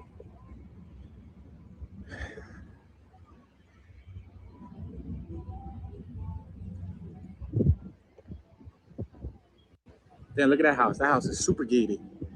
You know, it's like a bird cage. So what do I think when I see that? Less than a block away from this potential serial killer's house. Like, I don't know, like, good idea. I'm glad you have those bars now. Like that, now it makes sense. Okay. Okay, I see what kind of neighborhood we're working.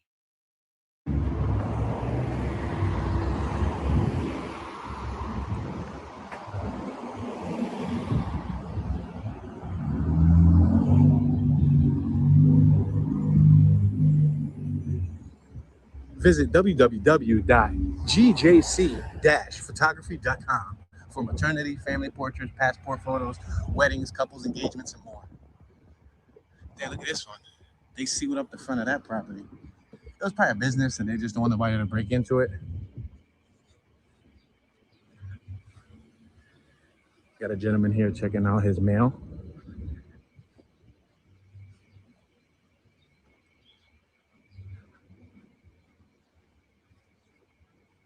Oh, wow, shade.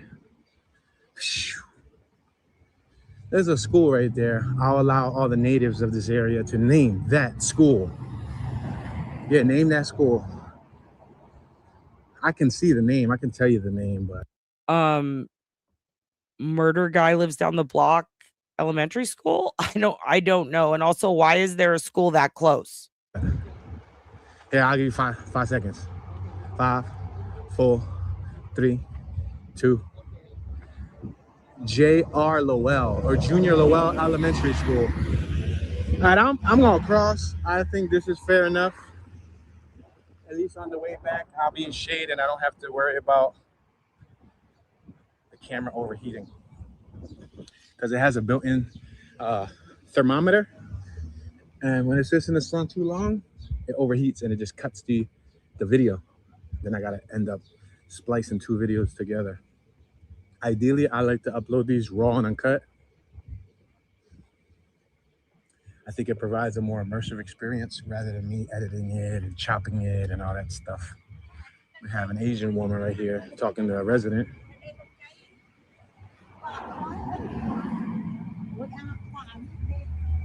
They're over there having a conversation, as you can see. So like I was saying earlier on, I definitely would like to do a walking tour of Little Saigon. Now, Little Saigon, again, even though it's one of the highest, one of the neighborhoods with the highest percentage of Asians, I don't expect to go over there and seeing Asians on every corner and Asians hanging out and just chilling in groups like how they do in Puerto Rican hoods or Black American hoods. You know what? I feel like talking a lot about Asians. I just needed to know the neighborhood, bro. We're good. Okay.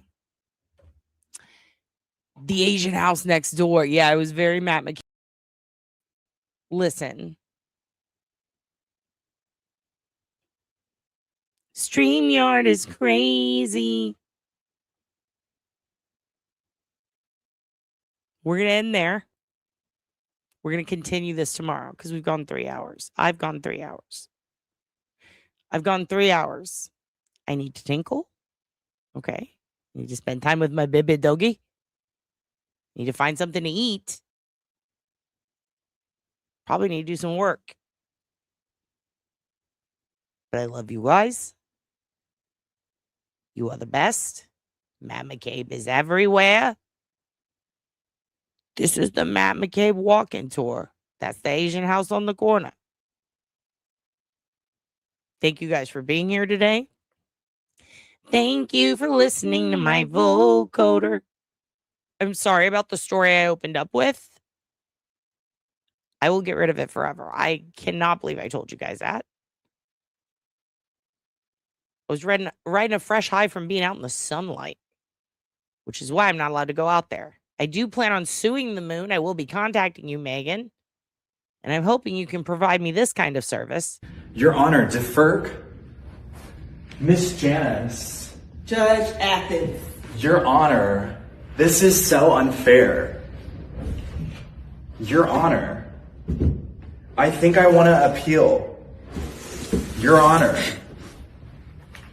Your Honor, stop. This is propaganda. Your Honor, this is fake. Don't believe what they say. I thank you very much for being here tonight. I will play maybe 2 or 3 of our perma vids. Okay? And then I'm going to Polish goodbye you. Please hit like and subscribe or click down and call me names. Really cyberbully me in the chat. I want to see what you've got. Take a swing at the old man. If you want to donate to the channel, you can do it by reading the scrolly thing below or the thing in the corner.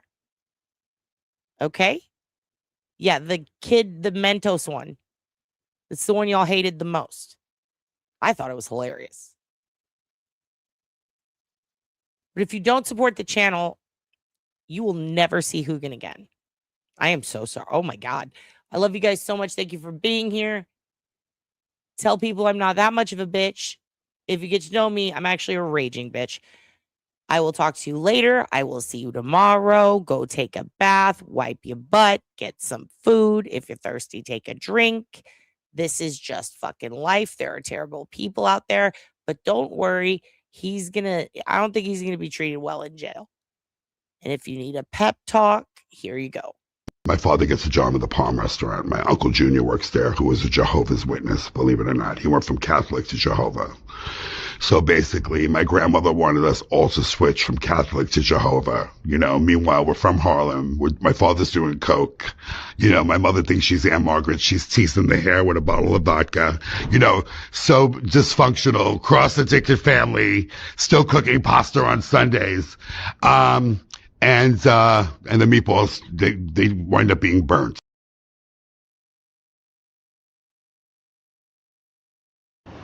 First off, OJ did it.